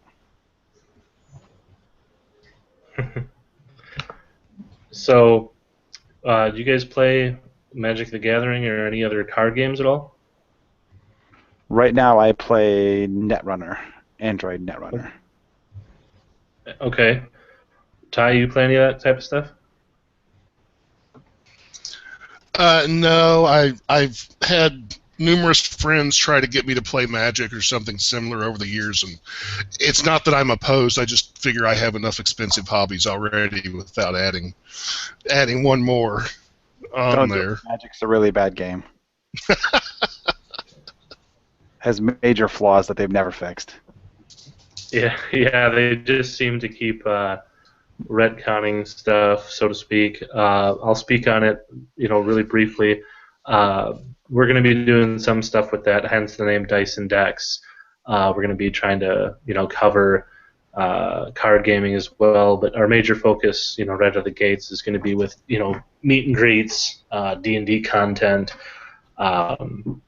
just really focusing on that. But what I'll say with Magic the Gathering is I got in it in '94, never stopped playing it, and basically it's been an interesting hobby for me. I got really lucky early on. If you guys are familiar with the Power 9 and Alpha and Beta stuff. So my mother was at a rummage sale, and another mom whose child had recently gone off to college told her, anything that's left in my room, just sell it. And she goes, but there's your box of sports cards and other stuff, and don't you want any of that? And the kid said no. So needless to say, my mom picked up a bunch of early sets from Magic the Gathering for, I want to say, like $100, and all I'll say is Alpha, Beta, Unlimited, Arabian Nights, Legends, that kind of stuff was in there. So I've spent, a few $1,000s on the hobby. Let's say less than 10, I think, would be a fairly accurate number. and I've got way more than N value. But that's not why I play. I play Magic because I like the casual side of it, and I like the creativity outlet, much like I get from playing D&D. I don't get to make my own characters, but I get to make my own decks. Go ahead, guys. I got a couple things on that. One of my favorite decks I ever made was a serial killers deck, and it was all like the Soul Ring was a Cheerio, and I made also like the Birds of Paradise was Toucan Sam, and it was like a theme deck. But two of my favorite Magic Gathering stories when Legends came out. I had a store that I used to frequent all the time, bought all my stuff from the store, and by the time Legends came out, I had spent thousands because I'd been in since Alpha, and I walked in to buy my first box. Legends came out. I bought three boxes of cards, and he reaches below the counter, grabs 2 boxes, and hands them to me, and then reaches behind the counter, like on a shelf, and grabs a 3rd box and hands it to me and smiles as he gives it to me. And I thought it was kind of odd that he did that. And I go out and I open up my first pack, and on the top 4 cards were Elder Dragon, Elder Dragon, Elder Dragon, Elder Dragon. It was a case of legend cards that they had all the uncommons had been replaced with rares. So I had 1 box with 4 rares a pack in the entire box, and it was just like, it was awesome. My other favorite story is, so I'm getting out of Magic at this point. I'd been playing for years and just tired of it. And I went to a tournament, and my deck was a mixture of alpha and beta cards, and this is after Homelands. So this is, way in the run at this point. I mean, there had been like 10 sets or something like that out past alpha and beta. And as I sit down for my first tournament, or my first round of the tournament, there's a guy across from me, and I inform him that my deck is half alpha, half beta, rounded and non-rounded corners. But there was no rhyme or reason. Like, it wasn't all lands or anything. It was he looked at my deck quick, and then I pulled out a plastic case with a mint alpha lotus, took it out of the plastic case, stuck it in my deck, and then bridged it right in front of him. He about had a heart attack. He almost died because the card was worth like $500-600, and I had just taken it out of the sleeve, didn't put it in a sleeve, and then bridged it like a regular deck of cards. He almost died. I will ask, do you regret that decision? Nope. It's just cardboard. I know, that's the funny thing. Like, I've got a deck that I run right now. We'll switch back to tabletop gaming in just a moment. But I have a deck that I run right now. I want to say, I don't know, I have 5 or 6 cards that are $200 or more in the deck. I refuse to play with anything more than that, just because first and foremost, I am a collector of cards. Right up in the corner here, that white binder is one of 54 binders that I have, 3-inch D-ring binders. That particular one is every single legend ever released by Magic the Gathering for that game, including the Unhinged, Portal, 3 Kingdoms, and Unglued. So if you know anything about Magic the Gathering, that might impress you. Otherwise, maybe not. In addition to the binders, I have 16 5-row boxes and 9 4-row boxes, and of course I have to have a separate insurance policy for my collection because it's not covered under my normal homeowner's insurance. We'll leave it there. I tell you, one last thing about card game in general. I think the reason I like Netrunner so much is they release a set about every 6 weeks, but the set is like 20 cards or 25 cards, and when you buy a pack, it's $15, and you get 3 of every card, which is a play set. So for like $16 every month and a half, you get new cards to the game, and you get a full set of the new cards for $15. There's a considerable amount of sets out at this point in time, but you could literally jump in the game right now after it's been running for a couple of years, spend like $250 and have every card in the game, 3 copies of it, and just be tournament ready, which I think is kind of cool. Yeah, that's definitely awesome. I mean, especially nowadays where people's attention is being pulled in so many directions, by things like unbundling from cable and picking up individual channels. That's going to be a big thing. HBO really just lit the flame on that one prior to the release of Game of Thrones season 5. Any fans of Game of Thrones in here? Raise your hand or speak up. Yep. Yeah, me as well. So for $15 a month, you can subscribe to that now. Not trying to promote, HBO or anything, but to me, that's pretty fascinating because I've often wondered why in the hell am I paying umpteen dollars for, cable a month when I can just get, Netflix, watch some shows that way, Hulu if I was into that more so, and then just buy the series that I actually want when they come out. Granted, I don't see them live. Unless, of course, I do, Hulu the next day or whatever, but I'm okay with that. Were you going to say something, Pei? No. Okay, sorry. Obviously not related, exactly to the tabletop gaming, but I thought the Game of Thrones thing with the fantasy element might be worth mentioning. Well, I know in my group right now, we're planning on whenever we finish a campaign, we're going to rotate DMs. And I'm pretty sure the DM after me, my friend Anthony, he really wants to play the game of... Wait. My mind just completely dirt for a moment. Wheel of Time, that's what he wanted to... He wanted to do the Wheel of Time roleplay. Wheel of Time as in the Robert Jordan book series? I'm assuming, I'm sorry, I'm somewhat familiar, but... Because there's that official... I think it's basically I think it's basically 3.5 of different classes, I think. Okay. I haven't read the book myself, but it's the official Wheel of Time tabletop. He wants to run that. I would just play Randall Thor and be done with it.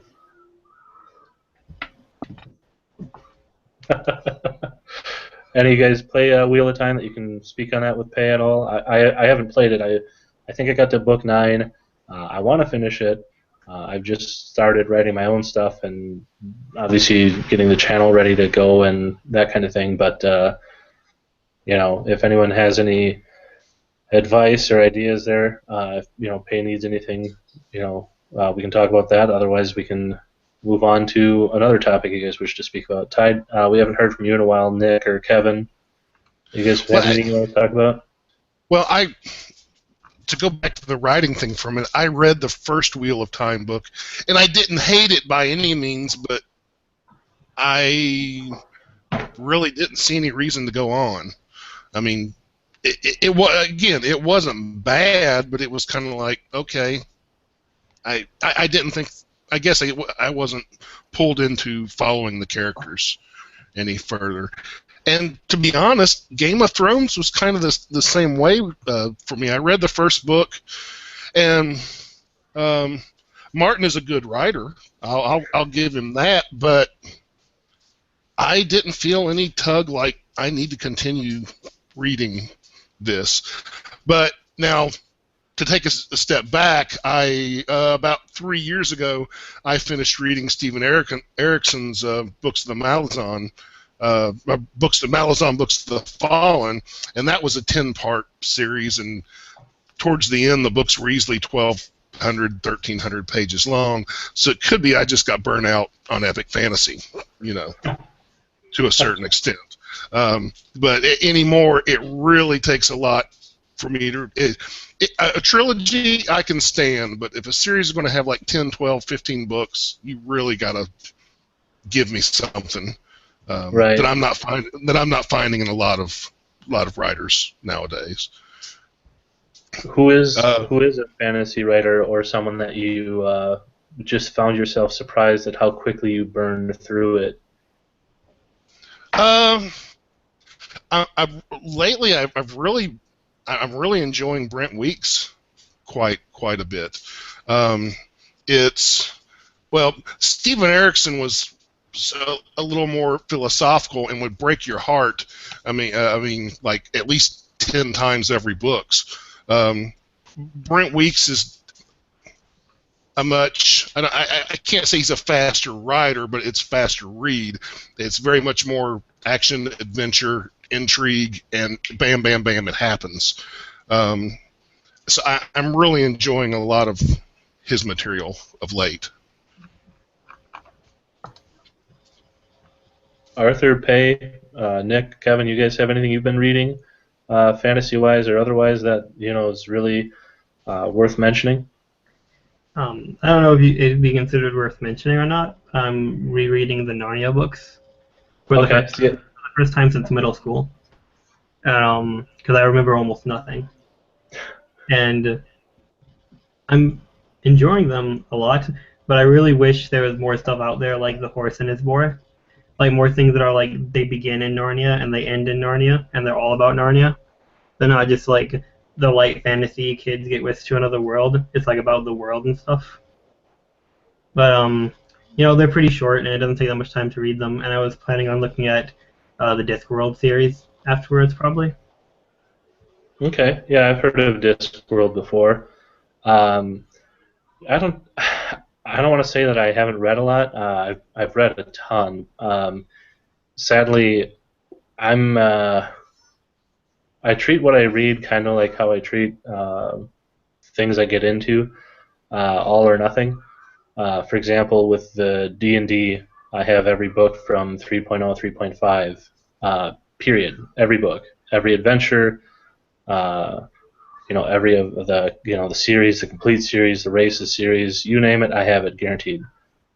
Even some of the RPGA stuff, I wasn't registered, but I've gotten some of the things through people who've gotten out of it or whatnot, but very little in that regard that I'm missing from the RPGA stuff even. But Magic the Gathering, same thing. I, collect entirely too much of that stuff. I'm sure you guys can relate to collecting maybe. But with books, if I read one of their books, like Ty was saying earlier, it's really going to be something to keep them going. What keeps me going is I have to know the ending.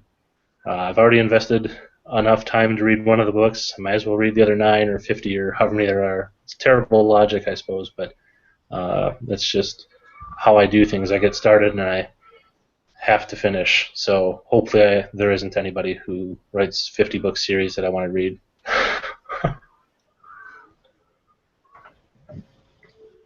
Arthur, you said that you only read for school? Yeah. What are you back in school for? I say back in some. Yeah, it's back in. I'm a nurse. Oh, okay. So never ending. Yeah, I'm in the middle of my bachelor's degree, and then I have to go on. I'm going on for my master's after that, and maybe a doctorate. I'm not sure, but that's So most of my days are filled with full-time work or full-time school or gaming. So now you said that you're a grandpa earlier, right? Yep. Okay, you'll forgive me. It seems like you're a grandpa and now you're going back to school and you want to do the master's and doctorate. That's fascinating to me. Yeah. How did if you'd like to speak on that, how did that come about?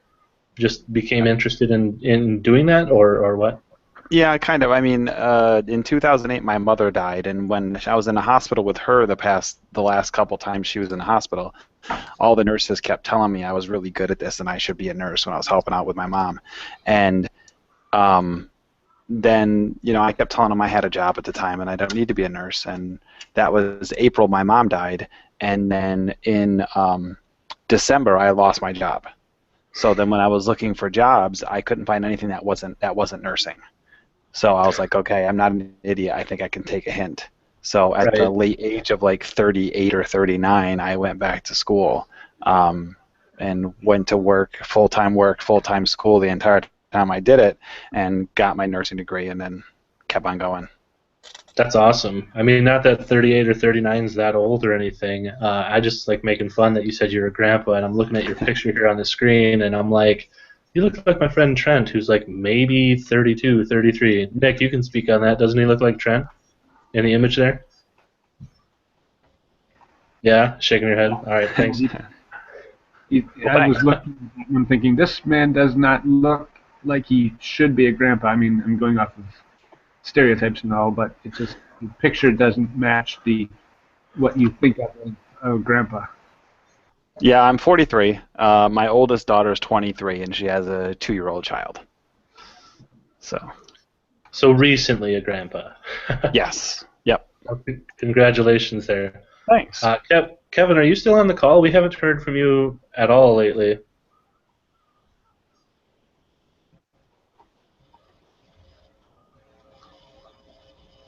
Maybe he set his device down or walked away. Nick, you haven't spoke a whole lot besides what I just asked you. Anything that you'd like to discuss, or any questions you want to ask the other people in the chat?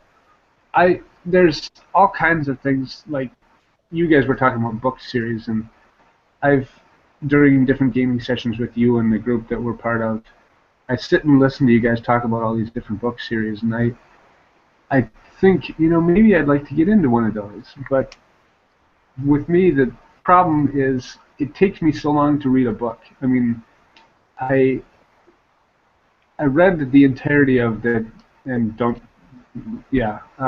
read the entirety of the Harry Potter series, and towards the end of that, when you got 600-700 pages, it took me a summer to read those last 2 books, an entire summer, because I read a chapter, I put it down, I do something else, I read another chapter, I put it down, and at times I might read like 3 or 4 chapters in a row, and that's a surprising amount for me. So to read something like Ty was saying, about 1,500 pages per book, it would take me, even if I was truly invested in it, probably about 3 to 6 months to read something like that. So it's just, I find it hard to myself get into something that's that expansive unless I have a real good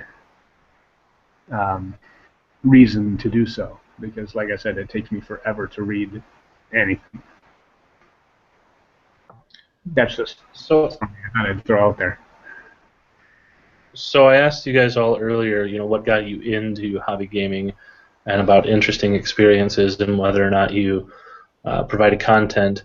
Another, question. This one will be a lot faster. Do you guys consider yourselves players first and foremost, DMs first and foremost, world builders first and foremost?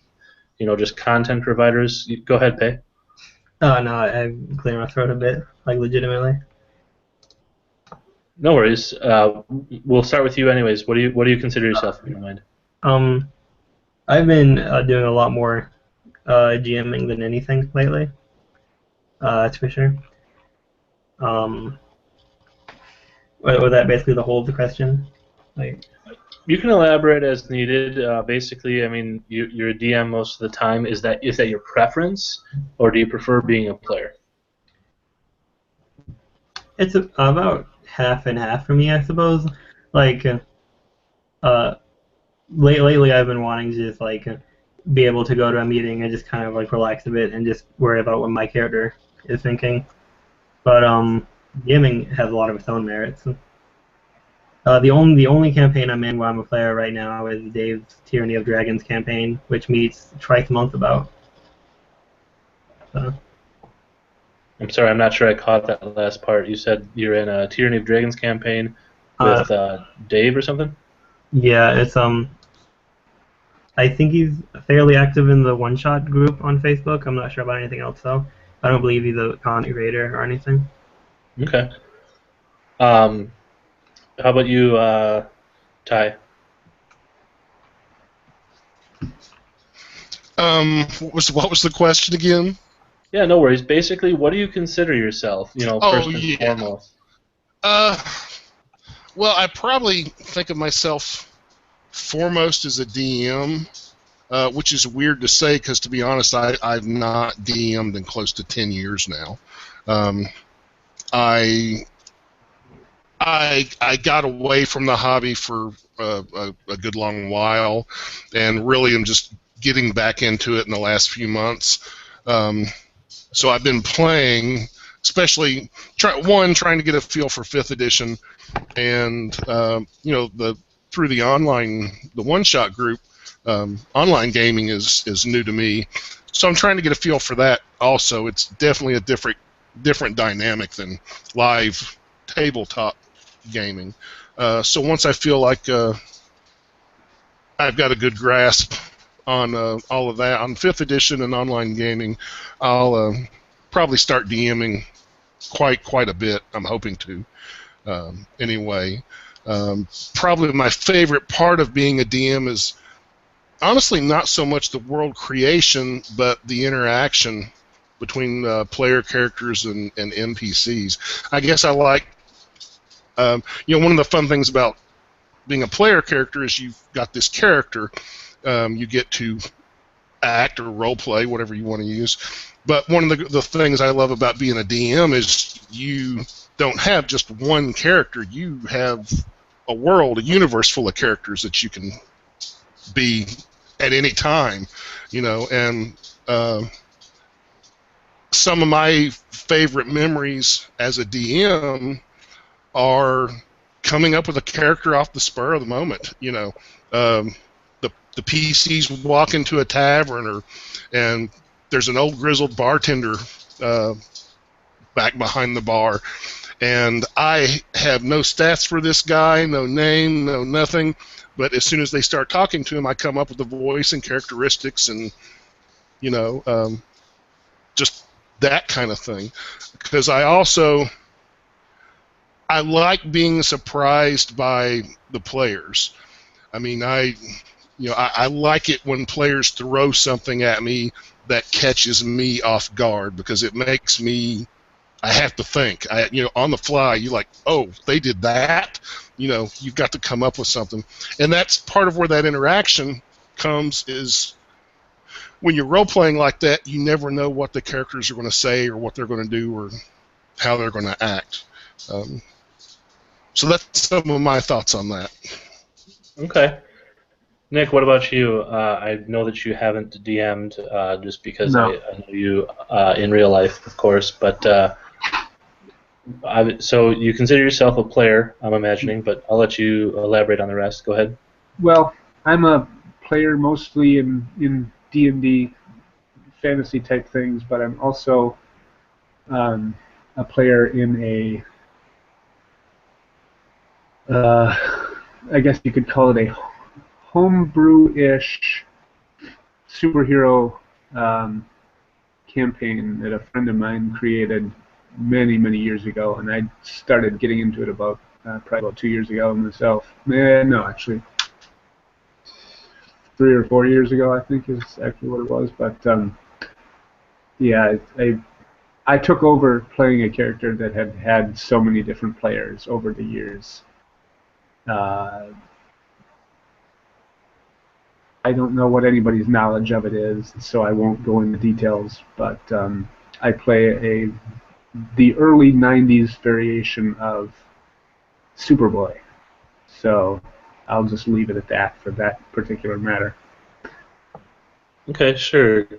Kevin, we'll come to you one more time if you're still there or not, or if your camera shut off or your mic's not working or whatever. We'll give you, I don't know, 10 seconds.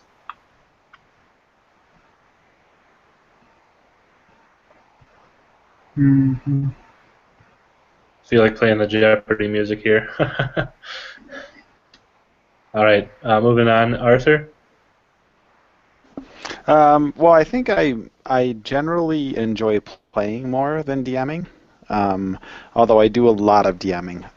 Most of the time when it comes to D&D, I DM. I'm hoping with this campaign that I'm writing that I will actually enjoy the DMing side of it more than I do normally. Because in most of my other games that I've ever played throughout my entire D&D life, it was, you'd kind of like buy a module or pick up a module somewhere and then kind of tweak it and twist it to do what you want for your campaign. And that's what I did for years upon years upon years upon years. So then when I decided I was going to sit down and make this thing from scratch, I've actually really enjoyed making the campaign setting so far. Like I said, I have my players on like level 15 at this point in my writing. So I've really enjoyed the writing so far, so I'm hoping that I will enjoy the DMing as well. But usually in most campaigns, I'd get a little burned out around like level 12 and just be sick of DMing. But I'm hoping I'm going to be able to make it through the whole way. So I guess I'm kind of a player at heart, but I tend to wear the DM hat a lot. So almost the opposite of Ty. Yep. I believe he said he's a DM at heart, and he ends up playing a lot more, even though he walked away for a bit. Yep. So I guess we'll start here before Ty gets back. He said he had something he needed to get done here for a minute, but I am going to be looking for players for one-shots. I don't know if you're familiar with the term. I'm assuming you guys are, but I don't remember where everyone came from, if it was the one-shot group or if it was from YouTube Brigade or any other Facebook page. But I'll wait as long as I can here for Ty, so I don't have to re-explain stuff too much. But in short, you guys are all more than welcome to join in on that. My email is the same as my Facebook name, so if you have that already, it's Survain, Survain, Thacian, or the scene, Thacein, at gmail.com. And you can shoot me an email if you're interested in playing, or send me a message on Facebook. I will definitely type it in the chat. It's SurvainThacein at gmail.com.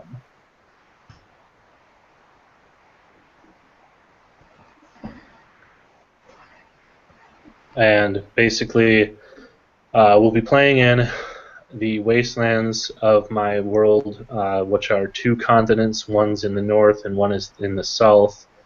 Don't know if you guys have watched any of Itney JP's The West Marches. It's not his creation. What they broadcast is their own, but anyhow, kind of in that vein to some degree in terms of how it'll function. Basically, harsh environment, not a lot of people go out of doors. It's a frontier kind of town, not as in the Wild West, just it's the only town. You go outside the walls and you're in danger. Level 1 isn't conveniently fighting level 1 stuff as you go through it. You can and likely will die.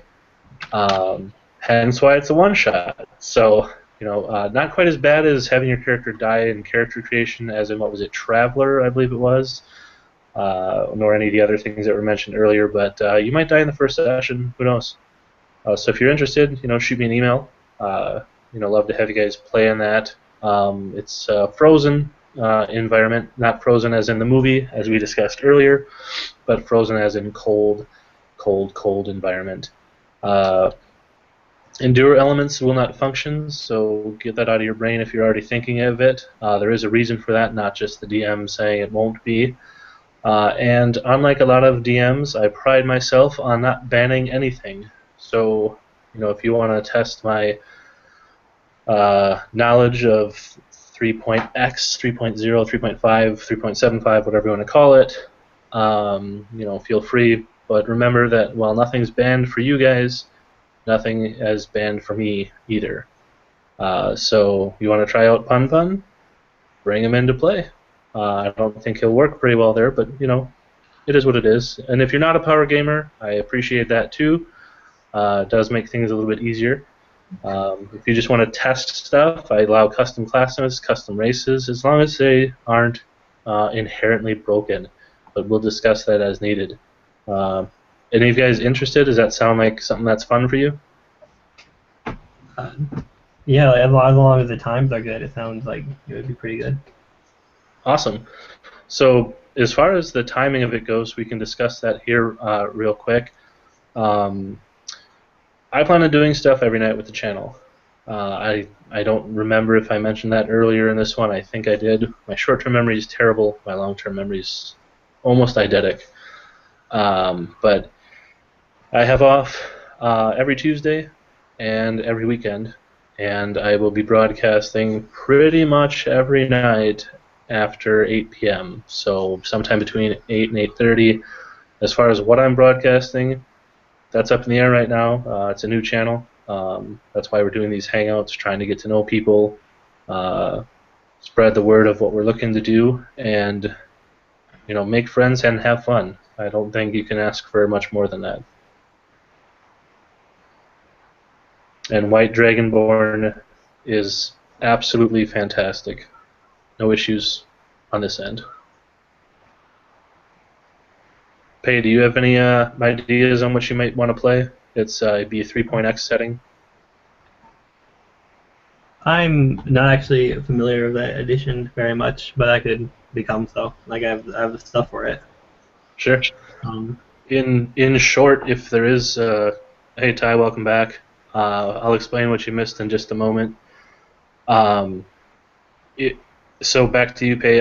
If there is a certain class that you want to play that isn't available in 3.5, if you have something from 5th that you want to play, like Arthur just kind of put in chat there, we can run that.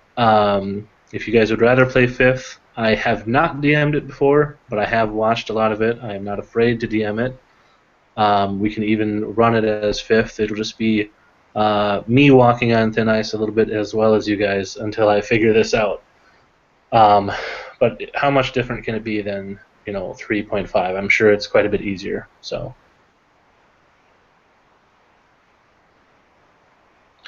Ty, so to kind of fill you in here, I feel like I've been talking for a bit. Maybe I'll let either Pay or Nick or Arthur speak on it.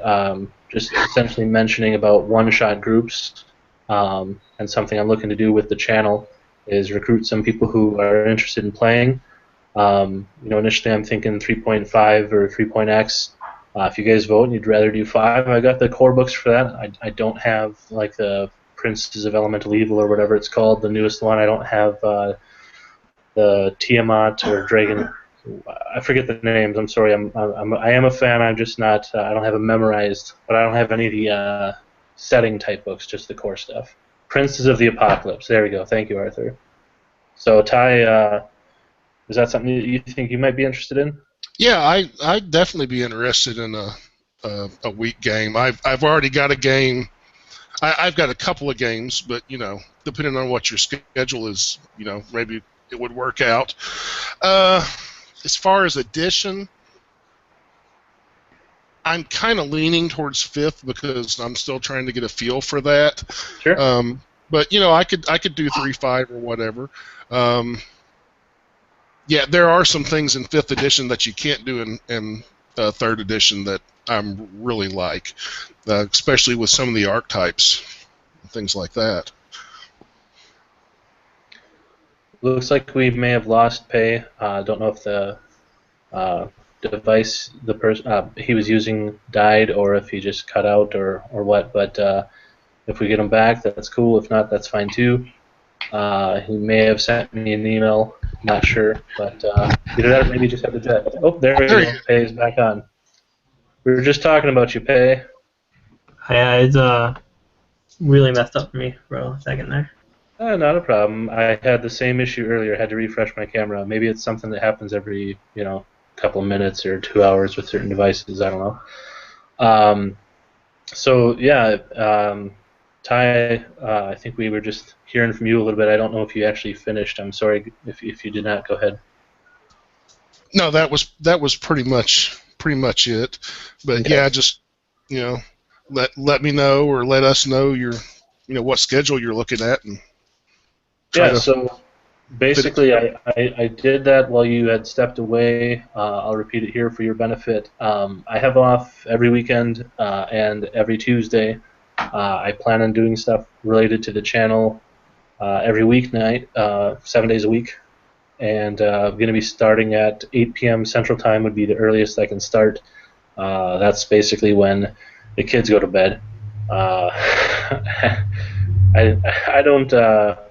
don't mind when videos have children because obviously people have lives outside of the broadcasting.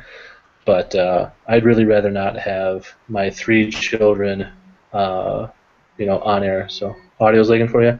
Guys, I'm getting a call for a second. If you guys could talk amongst each other for just a moment, I'd appreciate it.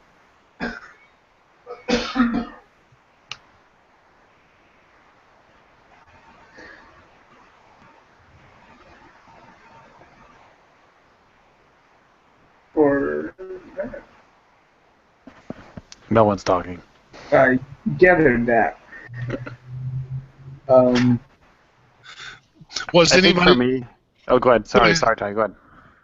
No, I was just going to say, is anybody playing anything other than D&D right now? For role playing, I'm in the middle of a Space Master game that I've been playing in for a while. That's kind of ending. I'm also playing 13th Age right now, which I'm not a big fan of the system. I think the system is bad. Are there, not that there's anything wrong with the older ones, but are there modern versions or editions of Rollmaster and Space Master? I think the somewhat modern, but not super modern. Like we're talking probably 10 years old for Rollmaster. But the Rollmaster standard system was a good update to the system a while back, and it's a pretty good system. All right. But yeah, so I've played 13th Age a lot lately, and I'm not a huge fan of it. I feel like the game is not complete. It just feels unfinished, and it was a Kickstarter game, but it feels like they really didn't finish the game and they kind of put it out. And for me, it just feels like the character, especially when you compare to 5th edition, the character classes are not interesting.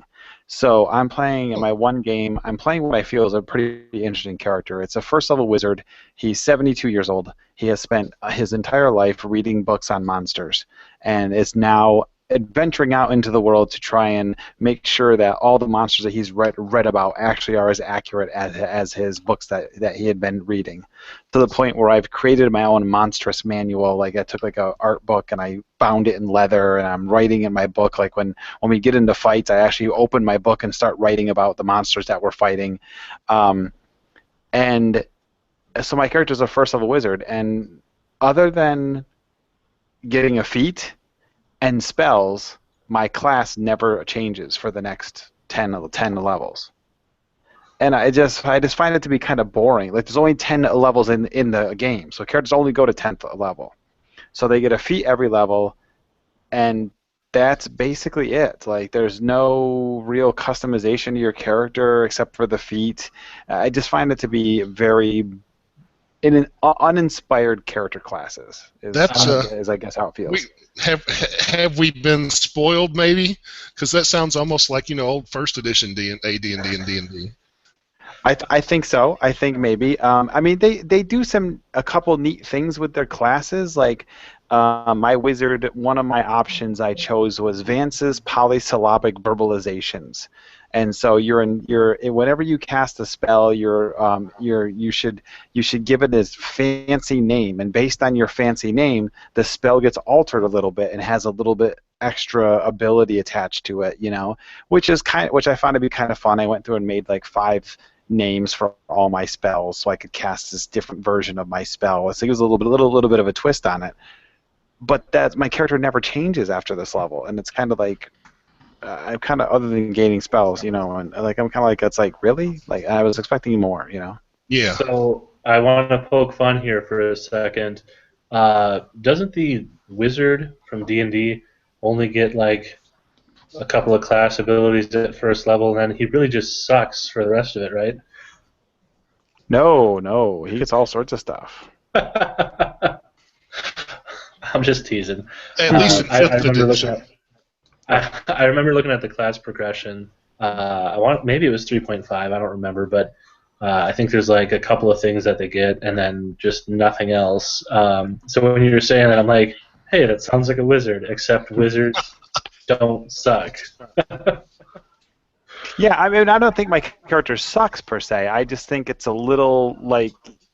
I feel like it's going to be boring to play, like to never really change. I mean, I'll get new spells, but other than my spells, my character literally barely changes the entire way, and I find it to be just very boring. And it's not only all the classes are very similar. They have it's kind of a mix between 4th edition and 3.5, so there's some aspects to both games in there, and it just feels like the character classes were not very well thought out.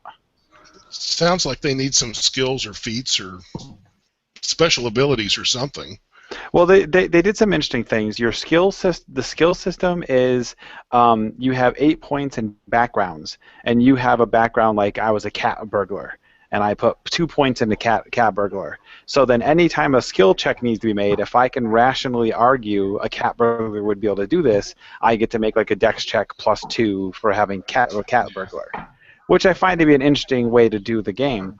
Another thing I really love about the game is they have a one unique thing, which is something I was thinking about taking for D&D fifth edition, and it can be all sorts of stuff. Like they say like some examples are like I'm a dwarf that has a clockwork heart. In my game that I was playing, my friend Jess, she was playing the only half drow in the world. So it kind of made things interesting because here's this half drow running around, and it kind of made options for story like why are there no other half drows? Why is she the only one? Did they all die out? Did they get made somehow magically? So there's interesting things like that you get to do to your character to make your character cool. But as far as the mechanics of the game go, it just seems poor to me.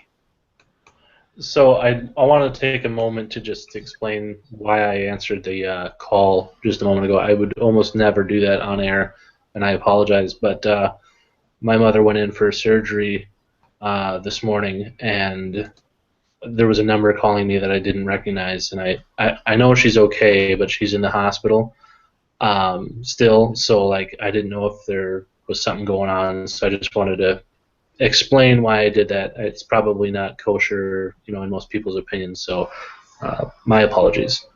That's fine. Yeah, that's great. Thank you. So, I'm just one of those people. I don't want people to think I'm going to be doing that in my videos, all the time.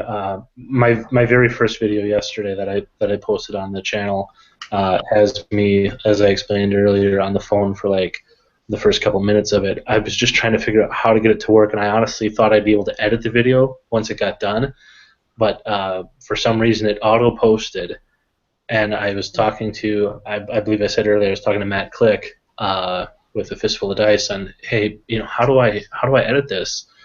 And he's like, I don't know if you can. You'd have to like store it somewhere else, like basically record what I'm watching and then repost it. And I'm like, the audio on that's going to be terrible. So me on the phone is not something you will see often, and I'll leave it there. No, that's understandable that you wanted to take that call. So, and your other video, learning curve, man. Everybody's got to go through it one way or another. Appreciate that, guys. I put an annotation up there to skip the first 37 minutes of the video. So while it's like 4 hours and 15-minute video, it's really only like 3:45 or something like that. Well, speaking of your videos, we were talking earlier about the Nerdarchy guys. Have you thought about doing something like that, getting like 2 or 3 or 4 of your friends together maybe and doing videos with them? Yeah, so Nick is actually one of my players, as you may have puzzled together. I have currently, 10 players in my play group. No, they don't all run at once, at least not most of the time. But as any good DM knows, there will be times where people just are not going to show up. Either the weather's too nice, or they're not feeling well, or emergency kind of stuff. The reasons run the gamut. But anywho, I opened up my pool of players a little bit, so once every, maybe once a month, I have to put a couple more chairs at the table or something. But otherwise, we're good to go. Most of the time, I end up having between 5 and 8 players, I would say. Nick, you can nod your head to that, right? Yeah, that's about normal. Yeah. But yes, we absolutely have considered doing that. I do have a co-broadcaster and what will be a co-DM at some point. And basically, the idea here is we're going to be doing, and I just read what Arthur was saying over there on the chat, we're going to be doing multiple sessions in the same world. And you guys are going to be in competition with other players that I'm pooling together. Right now, I've got a guy from China from yesterday's session that contacted me. He ended up watching it on YouTube. He wants to figure out how he can play. So the time zone difference there is just blowing my mind, but I'm sure I'll be able to figure something out, given how often I'm going to be broadcasting and how many days a week I have off. Have a guy in Ireland, that might be interested. Have a guy in France, somebody in Germany. I forget exactly where in Germany, and a couple people in South America that have contacted me. So, like, just really, for only being active for a day, so many people have been interested, and I'm so grateful for that. I have, last I checked, I had 22 subscribers on the channel, and 11 of those were there before I even posted my first video, and no, they're not my friends and family. I think 2 of them are, but I've asked my players to watch it through what I post in our Facebook group. That's just for my players in my home campaign. Well, I think online gaming in general, and especially the YouTube channels, since the first of this year, it seems like it's just been a boom time. I mean, there must be a lot of people out there, I mean, perhaps tens of thousands who are either wanting to game more, or maybe my situation is I live in the middle of nowhere, and believe me, there's no gamers around here, at least for an hour's drive. So, there's probably other people, I'm sure, in a similar situation. I can tell you the names of 5 from the last day. But, I mean, just watching the numbers at the online group, and again, the Nerdarchy guys and stuff, it just seems like the last 3 or 4 months, it's just like online gaming has just really caught on. And I'm not sure why that's happened all of a sudden, because you almost think this is something that should have hit big 5 years ago. Maybe 5th edition had a big spurring. I'll be real honest. I was really, really interested in paying very close attention to what was going on with D&D Next. Yeah. And I'm like, wow, they are really spending a lot of time on this, a lot of money, I'm sure, and resources. And then probably the biggest thing that they did right, in my opinion, is making it simpler. And I'm saying this from someone who loves 3.5, probably the most complex system they've ever done. And it has its problems, which is why so many people have done homebrew and rules and fixes and stolen pieces from other games and whatnot. But yeah, 5th edition seems really easy to do, and brought back a lot of the player base from the olden days. And if I had to guess, a lot of those people don't really want to go to the game store and play, because they don't want to be, the old person in the shop or whatever. Maybe there's that stigma. I can't say that that's for certain. And for me, I'm only 31, but I don't really want to go to the game store and play D&D, because number 1, there's the big crowds. Number 2, they don't always have the room, and you can't always reserve it. And number 3, if I'm trying to make friends with these people, or if I'm going to be spending like months of my life playing with them, which sometimes campaigns are, or maybe most of the time they are, depending on your experience, I'd really rather it be us getting a chance to maybe be friends in addition to just player/DM relationship. Well, and there's also the matter of, you mentioned kids. If you've got children, or you've got a spouse, or whatever someone's individual situation is, if you have to go somewhere else to play, like one night a week, that is more time.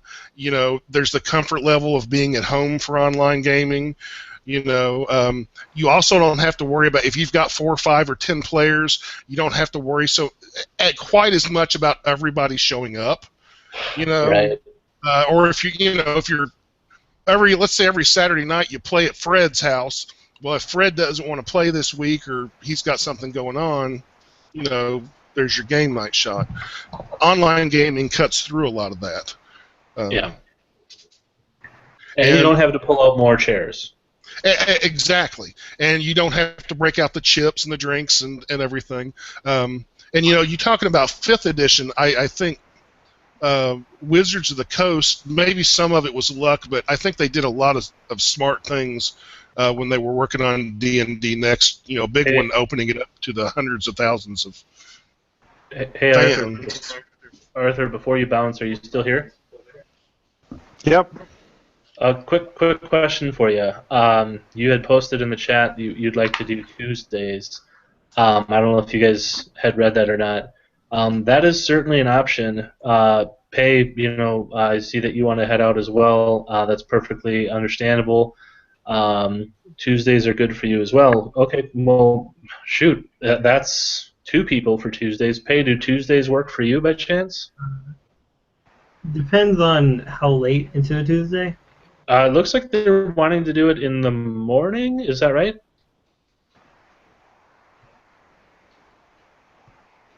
Ty?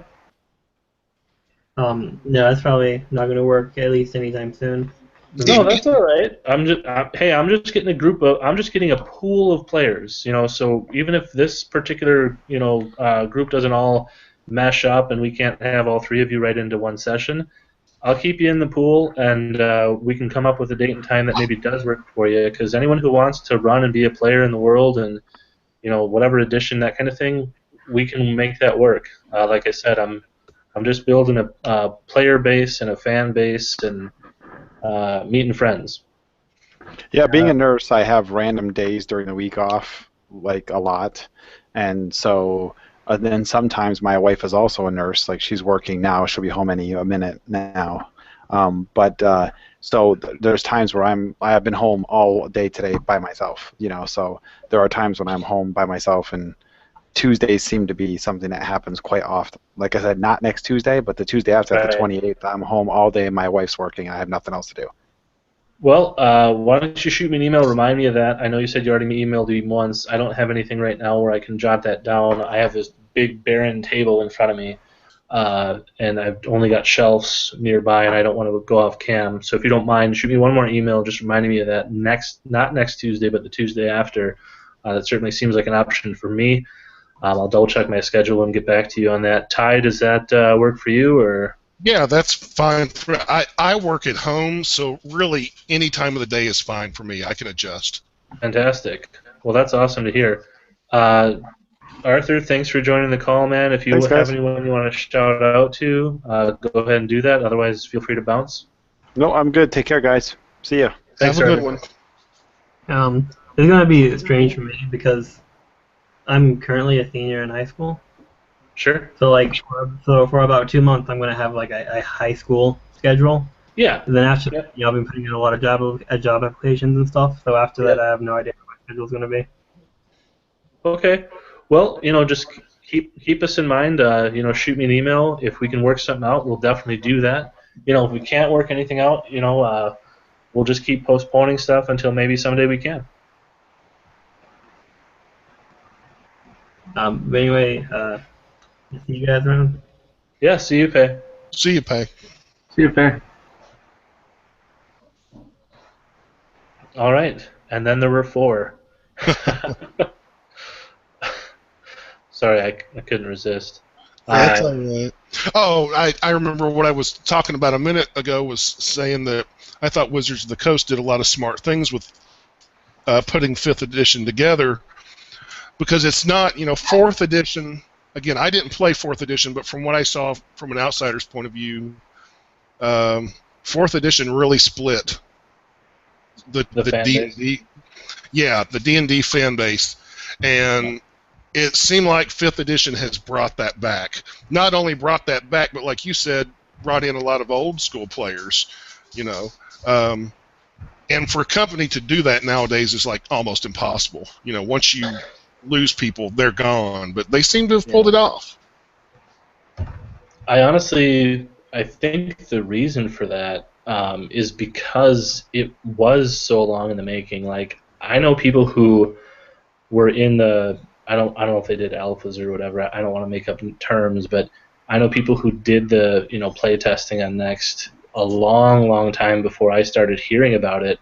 Really, and I consider myself fairly up on that type of stuff. I mean, I don't have like my ear to the ground and hear things through the grapevine because I know an employee there or not. But I think I heard about it relatively early on, and they had already been doing it for a few weeks at least. So that was surprising to me, and that continued for I don't know, like a year or 2 years, something like that. I don't remember the exact time frame, but it was a while that they did it, and I think that opened up a conversation and gave time for the people to be like, really? Wait, they're listening? Well, maybe I should give them another chance. Yeah, and um, another aspect which most fans wouldn't realize is the whole book publishing world, or publishing world in general, in the last decade has really been in upheaval. Um, So, for that's another aspect for them to be able to pull this off with everything that's been going on in the publishing industry in the last 10 years. I've got to give them kudos for that too, because I've known several, or I've got some friends who work in publishing and gaming and stuff, and I know a lot of them have not had an easy time. In the last 5 to 10 years, and some of them have worked for Wizards of the Coast, but the company seems to be going strong. The industry seems, in a lot of ways, the industry seems stronger than it's ever been. But if you've played D&D long enough, it's kind of like, I don't know, maybe rock music. It kind of comes and goes. It'll be popular for a few years, and then it kind of dies off. And more than one, not recently, but I know more than once back in the 80s and 90s, occasionally you'd see an article saying, tabletop role-playing is dying, or D&D is dead, or whatever. And then, bam, Dragonlance comes out. Or Apple is another good one. I always used to read articles about how Apple was going to die, and then they'd come out with some new product, and everybody on the planet's buying 10 of them. Yeah, it's interesting that you chose to speak about Apple there. Something totally unrelated. Because in my head I was just thinking, I'm like, gosh, there's so many things I want to say to that, to add to that part of the conversation, and I couldn't help but think, the whole video games are dead. A lot of people were like, oh, they're not going to keep doing console systems. And then, PlayStation 4 comes out, Xbox One comes out, Yeah. and then all these virtual reality ones are going to be coming out, supposedly. And I guess I don't say supposedly as in I doubt it, but supposedly as in, like, when. It feels like I've been hearing about them for years. I remember playing a VR headset thing that was supposed to be something back in, like, what was it? It's where you go to play laser tag and stuff. It was like a national chain. They had the headsets in there that you could wear. It was cool, but kind of gimmicky. And I'm like, well, this seems like it's got a long way to go.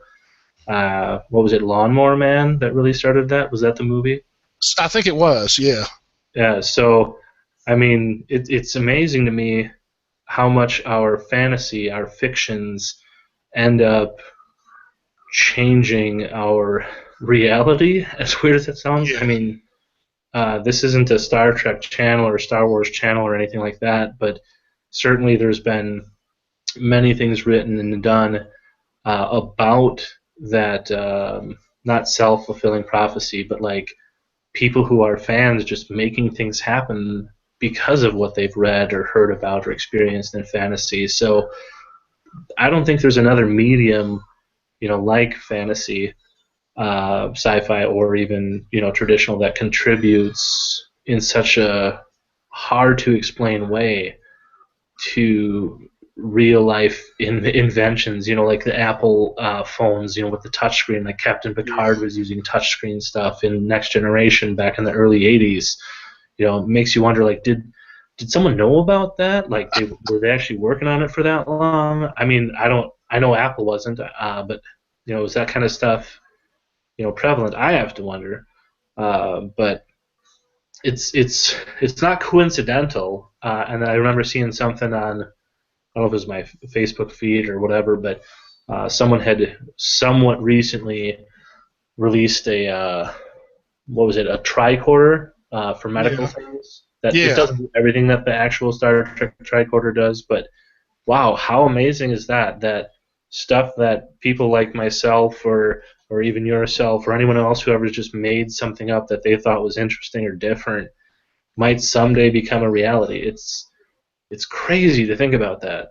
Yeah, I mean, science fiction specifically has influenced, not just our media and our entertainment, but I mean, you talk to the number of folks working at NASA who were influenced by Star Trek, whether original series or next gen. I mean, it's really astonishing in a lot of ways. And to bring it a little bit more to home, the number of actors who have taken part in D&D over the years. Vin Diesel. Yeah, Vin Diesel, Stephen Colbert.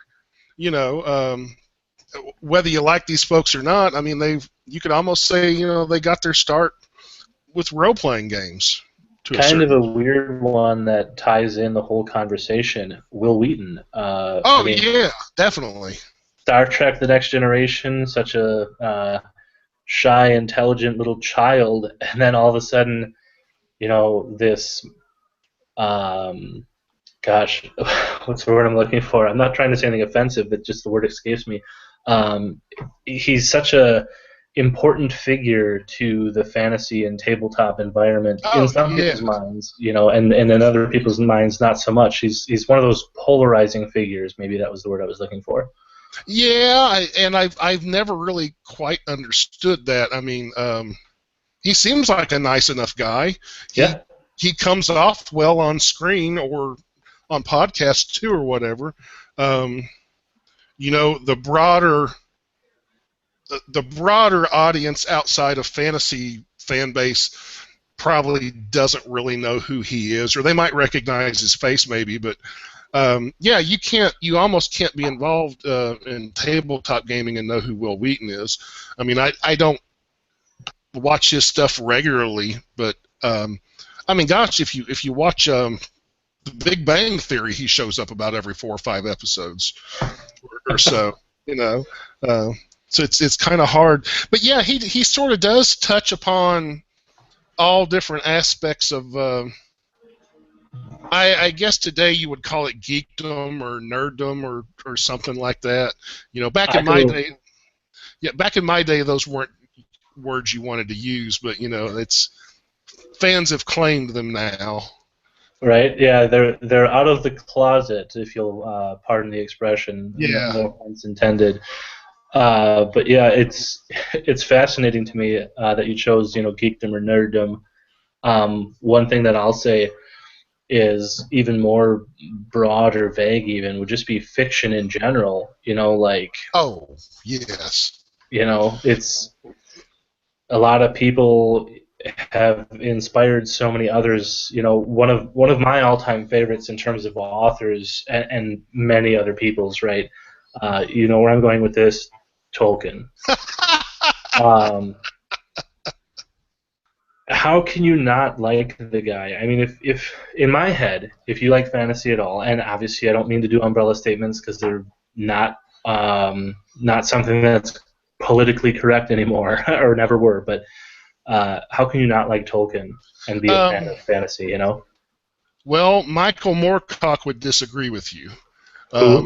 Michael Moorcock. I don't know if you're familiar with him. He's a fantasy author. Have you heard of Elric?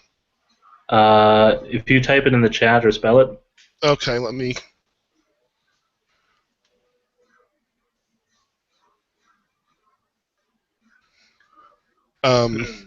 Not any bells, but that doesn't mean much.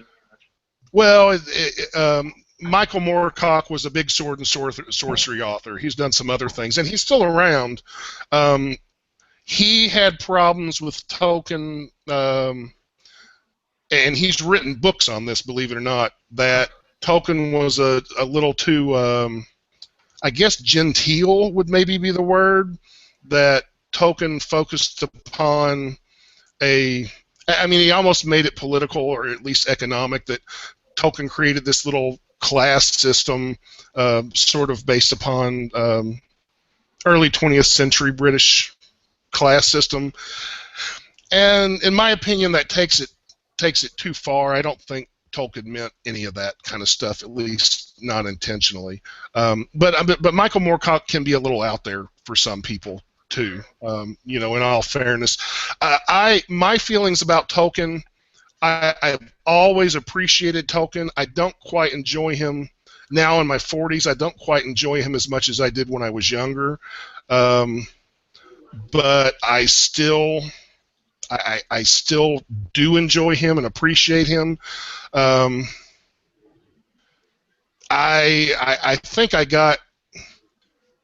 think the Silmarillion kind of burnt me out a little bit, maybe.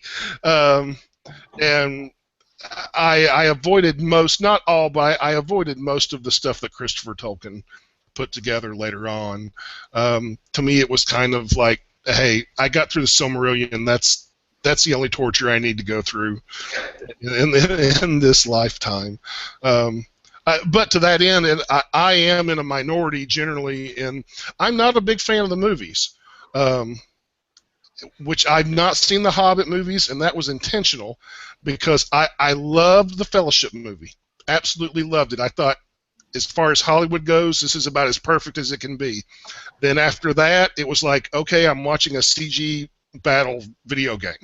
Right. That it was just fight, and it lost me. But again, I'm in the minority. Plenty of people seem to love them. So more power to them.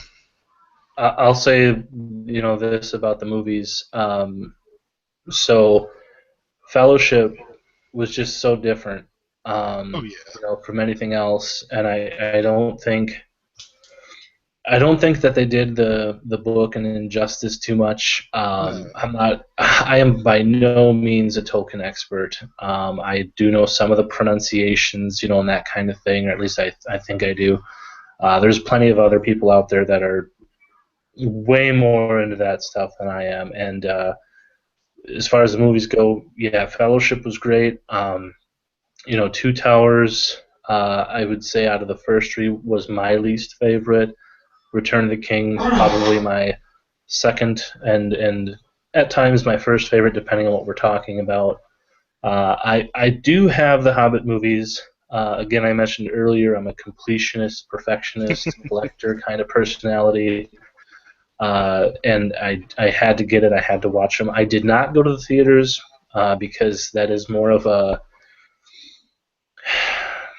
it's more of a conflict potential there. Like, you're standing in line or you're watching a movie, and you might have this guy who's sitting behind you or near you talking about, oh man, they ruined it, or like, oh, that's fantastic, and then there's this I used the term in chat earlier, flame wars, when we were talking about editions and PlayStation and Xbox and that kind of thing. But anyhow, watched them all. I did enjoy them, but I understand what I'm getting into. I know it's Peter Jackson. I know it's going to be CG. And I guess I'll say that in terms of trying to be true to the material and appealing to younger audiences whose attention spans are a text message away, or a tweet away, or what have you. And again, this is in no way meaning offense to any younger viewers. It's just simply an observation from being 31 years old, and my phone will go off, and I don't have to be like, oh, what is that? Or like I'll get a message, and I don't have to be like, oh, what is that? I can make it through my day if I never check it, unless I know something's going on. Then that's different. That I can totally understand. But to be checking it every 16 seconds as a tweet or a Facebook message or something comes in, I think if I did that, I'd probably be stressed out more than anything. So back to the commentary on the movies. It's almost like what they tried to do with Fourth. They're trying to bridge the gap between the next generation of people coming in and the previous generation. And I guess they thought that it was going to do it for Fourth, and it just didn't, and then Fifth came along. I don't think they're going to do Silmarillion to try to fix the mistakes maybe that they made in the Hobbit movies, although in all honesty there is a lot of great lore there. I did not do it in one sitting. I think it was like 3 or 4 different attempts to read that book. I did finish it. It is very dry, but Tolkien is he's a world builder, and he wants to keep he wanted wanted to keep adding to it and just making it this awesome and perfect thing. And from my perspective, sadly, he wasn't able to finish it. When you mentioned his son, finishing stuff up, I did purchase Children of Hurin. I actually did read it. I would say not as good as the Hobbit books or the Lord of the Rings books, but certainly worth reading. Versus some of the other stuff that's out nowadays. And yeah, that's kind of my view on the Lord of the Rings and Hobbit stuff. But Yeah. I don't know how much time you have tonight, Ty. I'm willing to keep it going for a bit, see if we get anyone else to pop in or not. But we do have a viewer currently, so that's exciting. Okay. No, I'm fine. I might eventually get tired and have to go, but like I said, I work at home and I don't have anybody to answer to at the moment, so I can keep going. One of the things about Tolkien that I think is often overlooked by general fantasy fandom anyway is whatever you think about his writing talents or whatever, the man was a genius when it came to mythology or linguistics. I mean, he was a professor, for crying out loud. So he did probably more work on that aspect of gaming than maybe any other fantasy writer who's been writing since him. 1 second, if you don't mind, Kevin. I think we're getting feedback from your mic or your speakers. If you could mute that, unless you want to talk. Sorry, go ahead. No worries. That's That's okay. Is there anything that you want to contribute to the conversation? No, I'm still listening. I sort of lost track of the topic. What was the topic again? Oh, no worries. We were just talking about Tolkien and some other things as it relates to fantasy and whatnot. If you don't have anything, to add, we can have you mute yourself and just kind of go from there. Now, are we talking about fantasy games? Just fantasy in general. We're bouncing around on the topics a bit, trying to keep it related to the interests of the people that may be watching at some point. So fantasy in general. Well, I'm a huge fantasy freak. I mean, given movies, games, anything that has to do with fantasy, I am like in that world. You look at my bookshelf and it's pretty much straight up fantasy. Well, who are some of your favorite writers? For me, it's actually I like the Dritz Duarden, the one that R.A. Salvatore. Oh yeah, one of my favorite. He is like I've got like a lot of his like the big thick novels where they do like 5 different stories all into one. And I mean, I'm a big like Harry Potter fan. I've got most of the Magic the Gathering books. I mean, a lot of vampire novels and stuff like that. So I mean, I'm just a big fantasy buff. Well, what about movies? Do you have favorites there? You just kind of like all of them? There's so many out there that I can't even pick just one fantasy movie. I mean, anyone that's out there right now, I will watch. Yeah. I wish there were more fantasy movies. I have to agree with that.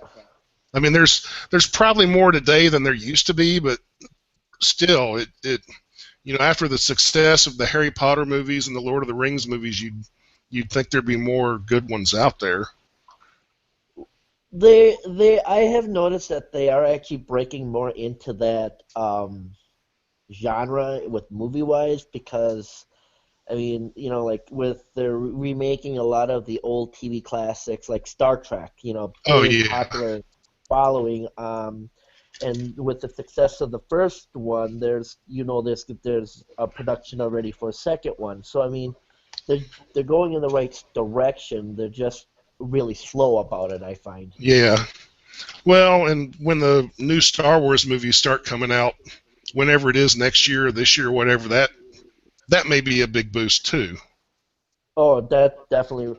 And there's already been talk on the net about a new Star Trek TV show coming out. Yeah, I haven't read anything about that, but I've seen like a headline or two on some articles that were mentioning that. So, I Um, mean, that's going to be interesting. I mean, I'm quite anticipating that because I was a big follower of Deep Space Nine, Voyager, and the regular Star Trek. So, if they do a remake of another Star Trek, I will be watching that for sure. yeah. Well, there was a time not that long ago, maybe 10, 12, 15 years ago, where, gosh, what were there, like 3 Star Trek shows at the same time on Yep, TV? that would have been Deep Space Nine. That would also been Brennan. You remember those a couple years ago? Deep Space Nine, Voyager. I I think was do. I do. Star what Trek: was The Next Generation was finishing up when yeah. Deep Space Nine Yeah. They kind started. of yeah. They kind of But read together. a- after Deep Space Nine, they went right into Voyager, same as they did with Star Trek: Next Generation into Deep Space Nine. But there was not 3 running simultaneously that I'm aware of, but there were definitely 2 twice, unless there was Right. some overlap. I was The thinking next Voyager. generation. I was thinking Voyager and Deep Space Nine were winding down, but still going on when Enterprise started up. But I might be wrong. I don't remember exactly. Well, That is Enterprise was probably about like 5 years ago.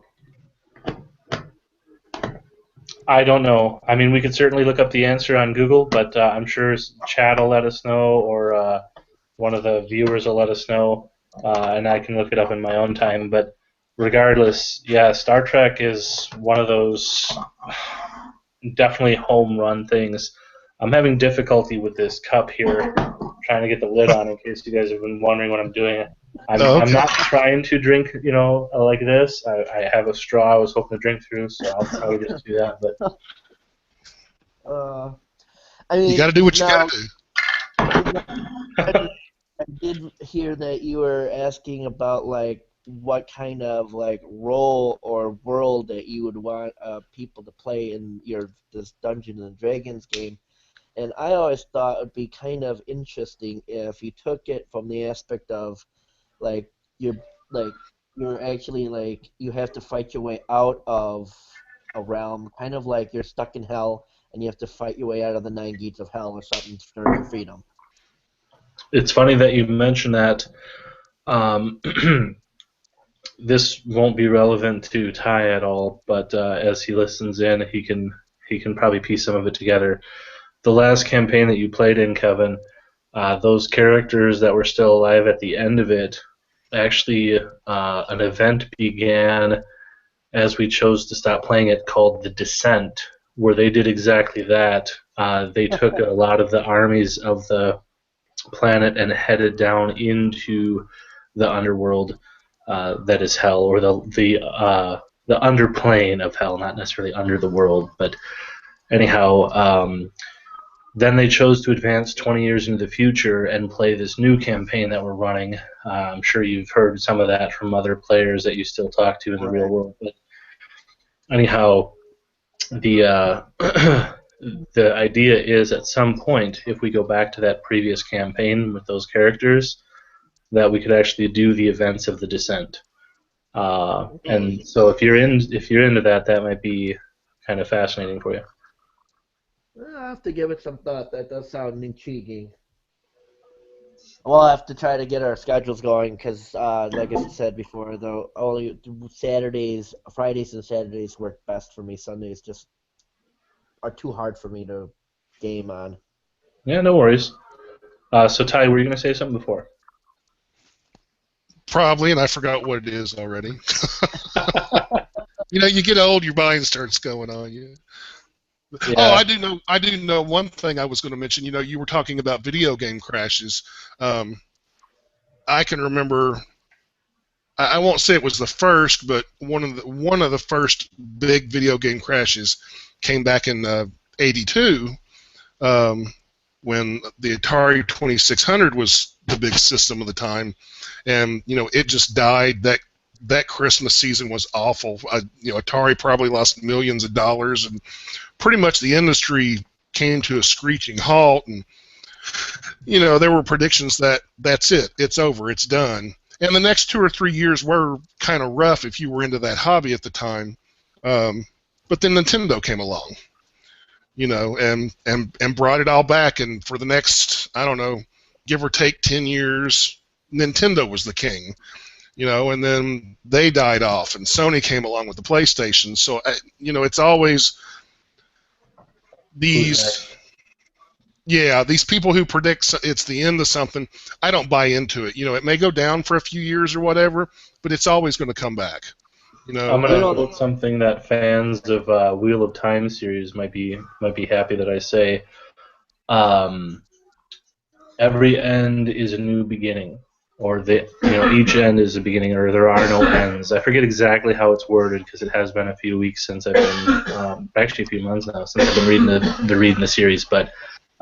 You know, that's the prediction they're making. Is it is the end for one of the companies or one of the publishers or something, but a new one will come along. You know, there really doesn't seem to be an end to certain things so much as new beginnings.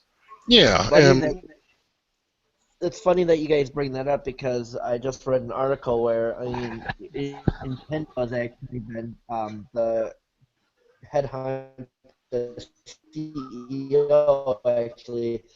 There was rumor that, you know, has been their sales have been slumping, been kind of been losing profits ever since there's been rumors that, you know, other companies are CEO refuses to actually sell out Nintendo because he wants to what it once was. Okay, so you're talking about Nintendo selling out. You were kind of like getting some kind of echo or something there for a minute, but I think I made up the gist of it. Yeah, the Nintendo company as itself, Right. there were rumors that they were possibly going to get bought up by a bigger corporation, but the guy the head honcho of Nintendo refuses to actually sell because he wants to try to revitalize it and bring it back to what it once was back in their glory days. Well, I'll say this. I have also been seeing some things with regards to what's going on at Nintendo.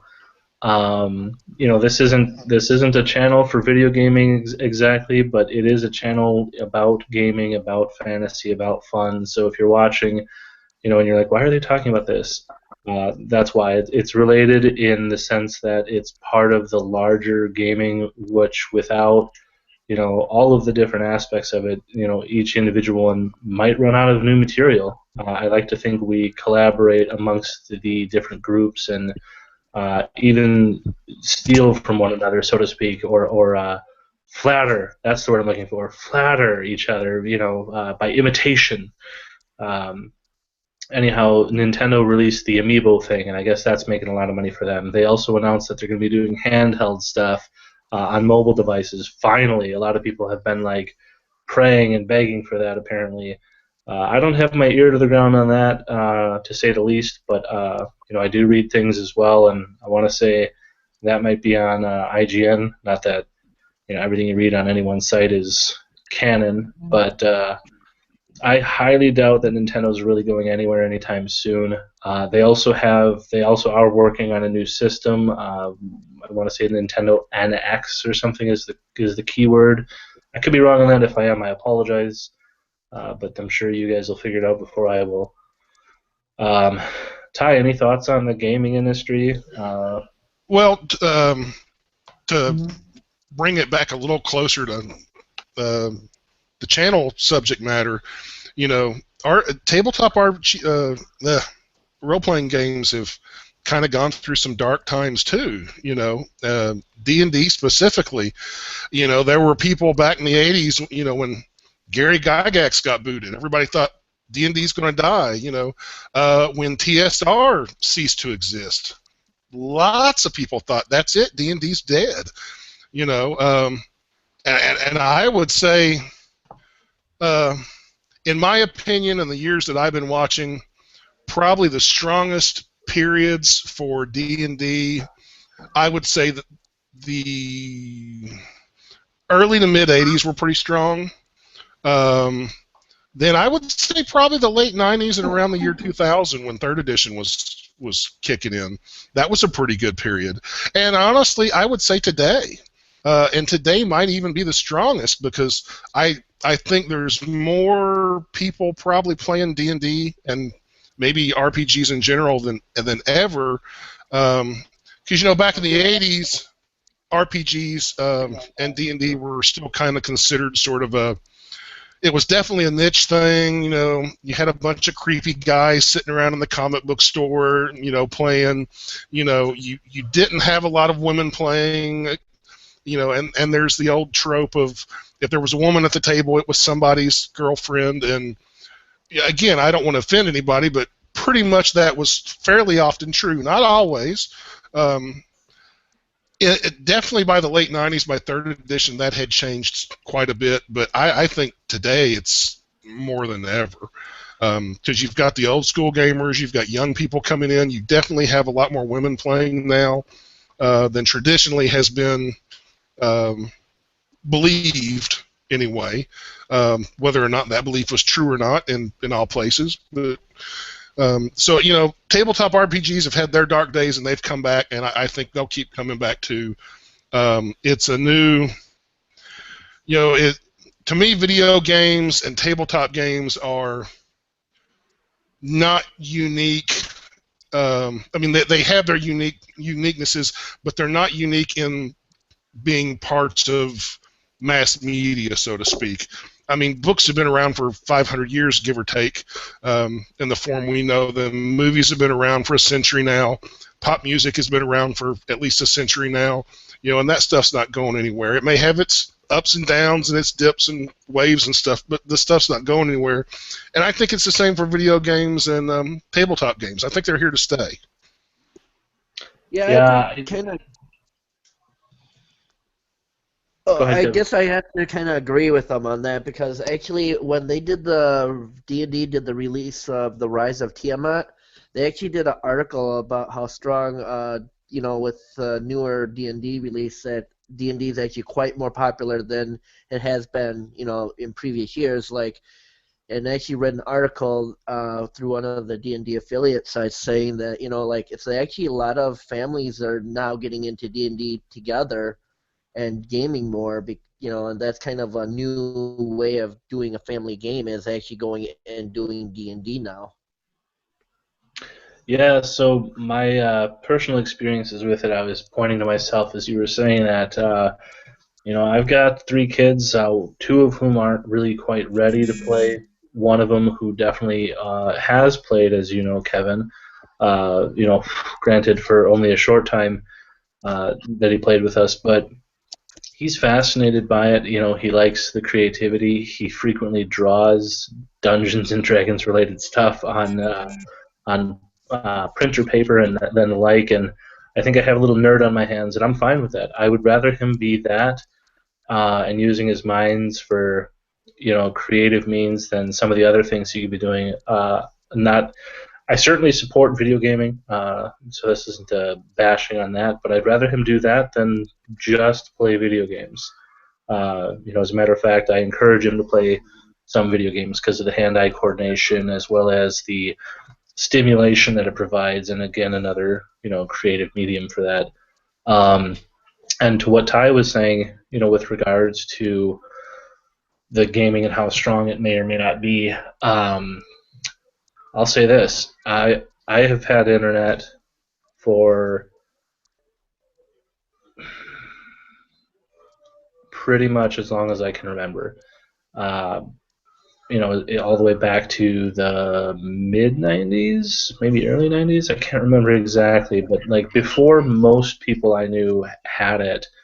And obviously there weren't the sites for it. So I mean, I get that some of this is skewed, but my point is you did have instant messenger, fairly quickly. You did have email, and you did have ways to communicate. And there were groups being formed, like Yahoo group pages and stuff, if anyone remembers that, and AOL pages and GeoCities and Homestead or something. I don't remember. Like all of these places where you could create your own little nerddom worlds and that kind of thing, and just seeing. Obviously, look at Facebook. That's the perfect example. Like, so many people are polarized by that one website. News groups, yeah, there you go. So much stuff is out there, and it's just crazy how many of these things are related to. Again, this is a broad term, but fiction. In general, and so much. Like, I don't think I can type in the word fiction or fantasy without getting something related to Game of Thrones or Lord of the Rings or some video game like maybe Diablo or what are some of the other big RPGs like Final Fantasy. Certainly now, now that it's doing the stuff the fans wanted to see, apparently 15 is going to be taking it back in the right direction in some people's eyes. But yeah, fantasy is strong. It's alive and well, and it's a great time to be a fan, a geek, a nerd, whatever you want to call yourself. And I would definitely say that fifth edition probably has spurred some of that on. It started this really big interaction between a company that wasn't in the greatest graces with the people who are its most loyal supporters, the ones who bought into it early on. I have hiccups apparently. I'm not old enough to have been one of those people. I am from Wisconsin, however. I will say that. So Gary Gygax and I, we're like pretty much brothers at that point, I think, by default. But in all seriousness, fantasy is alive and well. D&D is alive and well. Video games are alive and well, and I am so blessed to be creative enough to take advantage of that and meet people and use the mediums that are created by the technology that maybe was even inspired by some stuff from fantasy. Who knows where Google Hangouts and Skype came from? I certainly don't. Was it the bridge of the Starship Enterprise? Then the viewing window that created this stuff? Or was it just businesses needing to see each other in their pajamas or whatever? I don't know. But thank you, whoever or whatever it was that inspired this. Yeah. Occasionally I'll hear usually a younger person, say in their 20s or younger, complain about how there's not enough speculative fiction out there in the world today. There's not enough fantasy or science fiction or whatever. And I'm like, you should have tried living in my world in 1976 if you think there's not enough today. Okay, we're talking pre-Star Wars even. Okay, you basically had reruns of the old Star Trek show. Say it isn't so. Pre-Star Yes. Wars? There was a time where that existed? Yes. I can't imagine. You had comic books, and unless you were in a really big city, you pretty much had Tolkien at the library, and that was it. That was all you had. You might occasionally get like an old Outer Limits episode or something like that, but I mean, you had next to nothing. And then 77 came along, and Star Wars, I mean, if you weren't around then, I mean, it really changed the world and fandom as far as all the speculative genres went. I mean, as far as everything went. D&D was around, but it was still pretty small in 76 and 77. It hadn't reached out too much. It was in Wisconsin. Yeah, outside of Wisconsin. It really hadn't reached out a whole lot yet. And also AD&D hadn't been released yet, and I think that helped. When the first Monster Manual come out and Player's Handbook and stuff. Speaking of which, for my very first Player's Handbook, I think I paid $12. Which sounds crazy today. I know. But I mean... What was gas? Oh, gosh, probably 85 cents a gallon or something like that. Maybe 90 cents. My dad at the time worked for an oil company, and they honestly never believed that gas would be over $1 a gallon. because when the oil shortages came along in the 70s and gas did eventually get over $1 a gallon, they had to physically go in and put new gas pumps in because the old pumps wouldn't go over $1 a gallon. They were just set up that way. It wasn't digital yet by any means. Right. You had the physical numbers that rolled over like on a speedometer, and most of them would stop at 99 cents. So they had to put new pumps. They just had the 2 spinning wheels instead of the 3 or whatever. Yeah, exactly. Yeah. Yeah. Well, and in some cases back then, you even had the old hand pumps. The gas didn't come out automatically. You had to sit there and pump it. In some places. But Star Wars really opened up the door. I mean, there wouldn't have been Star Trek. On TV. I mean, the success of Star Wars kicked off the new Star Trek movies eventually, which led to Next Gen. But then again, in all fairness, there might not have been a Star Wars if not for the old Star Trek TV show. Correct. Yeah, I believe that George Lucas himself admitted to that he owes some of his inspiration to the early Star Treks. Yeah. And if I'm wrong on that again, I'm sorry. I'm not an expert on all things, but I'm fairly certain that that's accurate. And going back to the whole Tolkien conversation from before. J.K. Rowling said she was inspired by Tolkien, and a lot of people nowadays are like, oh, J.K. Rowling's better, and I'm like, well, it's not a matter of who's better to you. I mean, that's one opinion, that's fine. And who's to say who's right or wrong? Is it based off of sales? Is it based off of influence? Yeah. You can make any argument that you want to make, and you'd probably be right. But to do so is kind of an exercise in futility. Let's just agree that they're both pretty awesome and added quite a bit, of fans for their respective times and what they did. Just like Star Trek and Star Wars and other things we could argue about that are, in my mind, pointless to do so. Just have a respect that both exist and be thankful that you found something you like. Yeah. Well, and in the case of J.K. and Tolkien, for example, I mean, she was writing for a very different audience than he was writing for. I mean, in our case, a much more modern audience. So it's almost like comparing apples and oranges.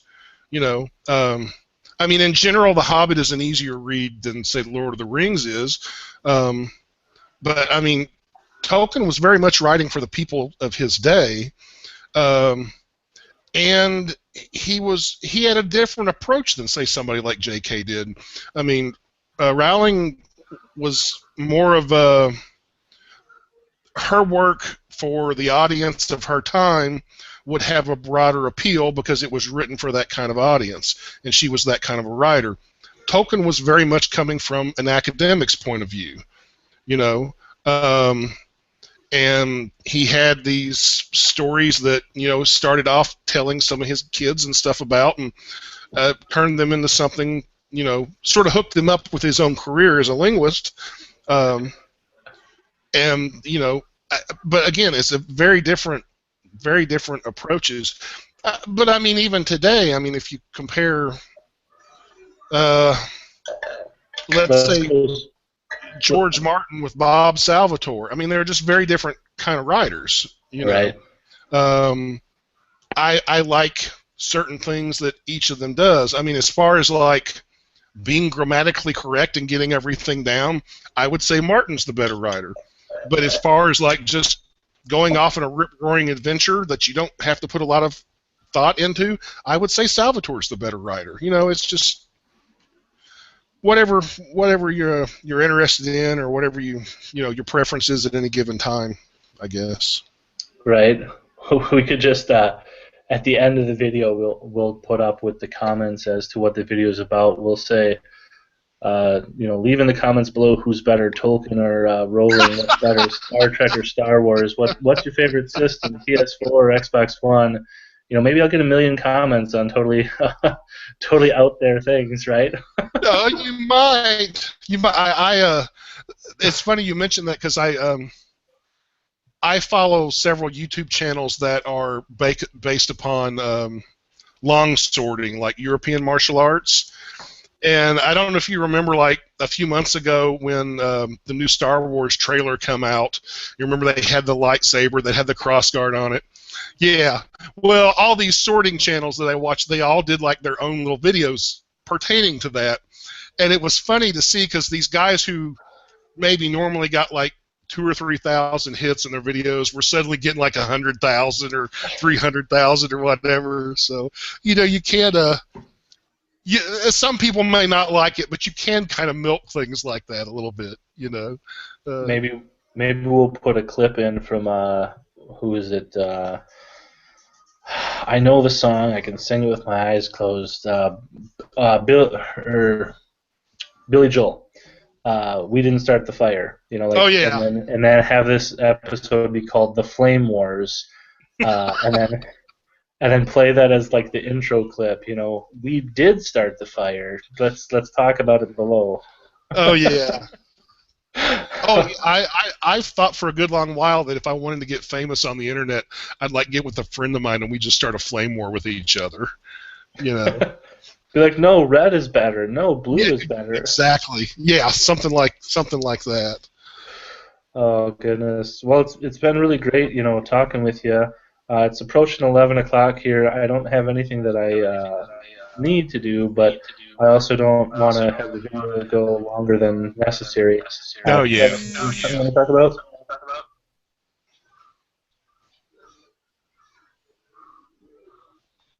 Kevin? What's up? Did you have anything you wanted to talk about? Otherwise, I'm thinking about closing the video down here in a little bit. Oh, no. It was a great discussion. It was really awesome. Glad I was able to get in on this one. Anyone you want to say shout-outs to or anything like that? Or No, it was nice meeting everybody that joined, though. It's great to see some old friends and great to have great discussion.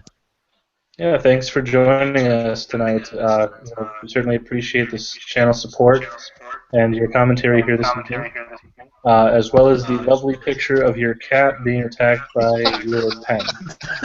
You like that? She got hungry and decided she wanted to go have a pen for dinner. Sounds good. Just as long as it's non-toxic ink, right? All right, I'll talk to you later. Yeah, peace out, Kevin. All right. Well, peace. thanks a lot for tonight, and I'll look forward to hearing about the possible Tuesday gang. Yeah, absolutely. It looks like that'll be a fairly easy one to bring into fruition, so it shouldn't be too long.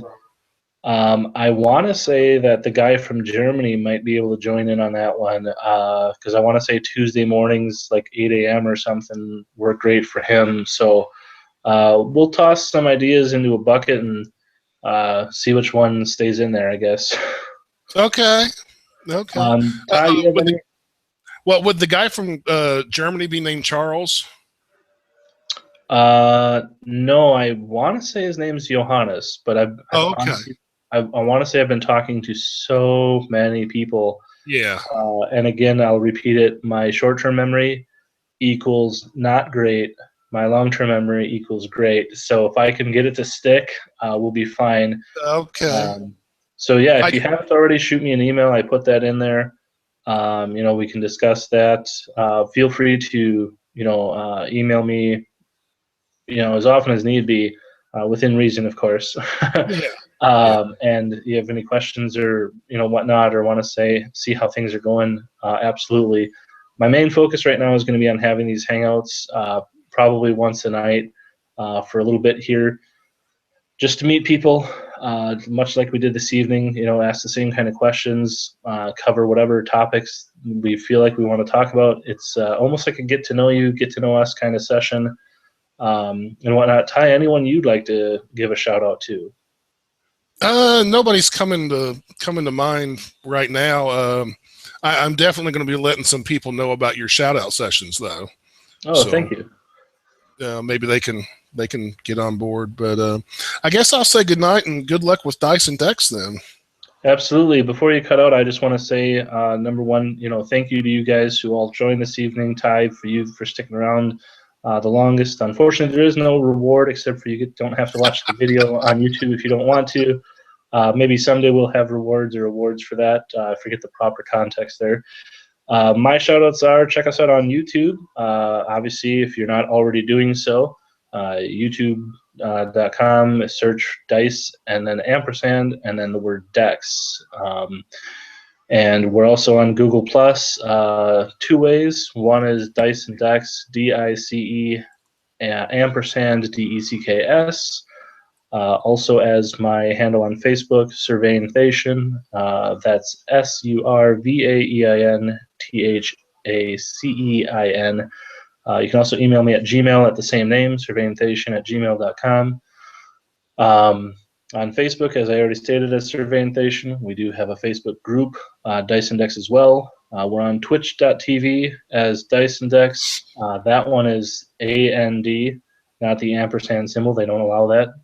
I was trying to go all similarities to keep it simple for people, but that one's a little different. And last but certainly not least, we are on Twitter for those of you that use that. I don't do it too often, but you will receive tweets if you sign up on there or on the Google Hangouts about when we're going to go live with the shows and anything I'm talking about. And that's pretty much it for me. So thank you to all who participated tonight. I believe I've friended you all already on Facebook. You can check for the group on Facebook as well. Be more than happy to have you. And if you're interested and you've watched the video, we appreciate your feedback as well. Have any questions or comments, suggestions for what we should broadcast or talk about next, or any video ideas on something that's missing from the YouTube environment, let me know. I'll be doing a session called Ask Me Anything, and I'll be taking questions from the viewers related to any subject, not just ask a DM like some people already do. Nothing wrong with that. I just want it to be whatever conversation you people want to have about fantasy or fiction in general, however broad or specific you want to get. More than happy to appease your needs. And we'll be doing Magic the Gathering stuff as well as some board game reviews already, in case you guys are wondering. We might do some book stuff. I have a guy who's going to possibly be stopping by once a week, once a month to talk about comic books as in addition to the channel. So I don't want to say that we are nerds doing nerdy things, but because that's kind of already taken. But we certainly are interested in fiction. We are interested in having conversations with you all, and we look forward to it. Dice&Decks, signing out. Thanks, Ty. Night.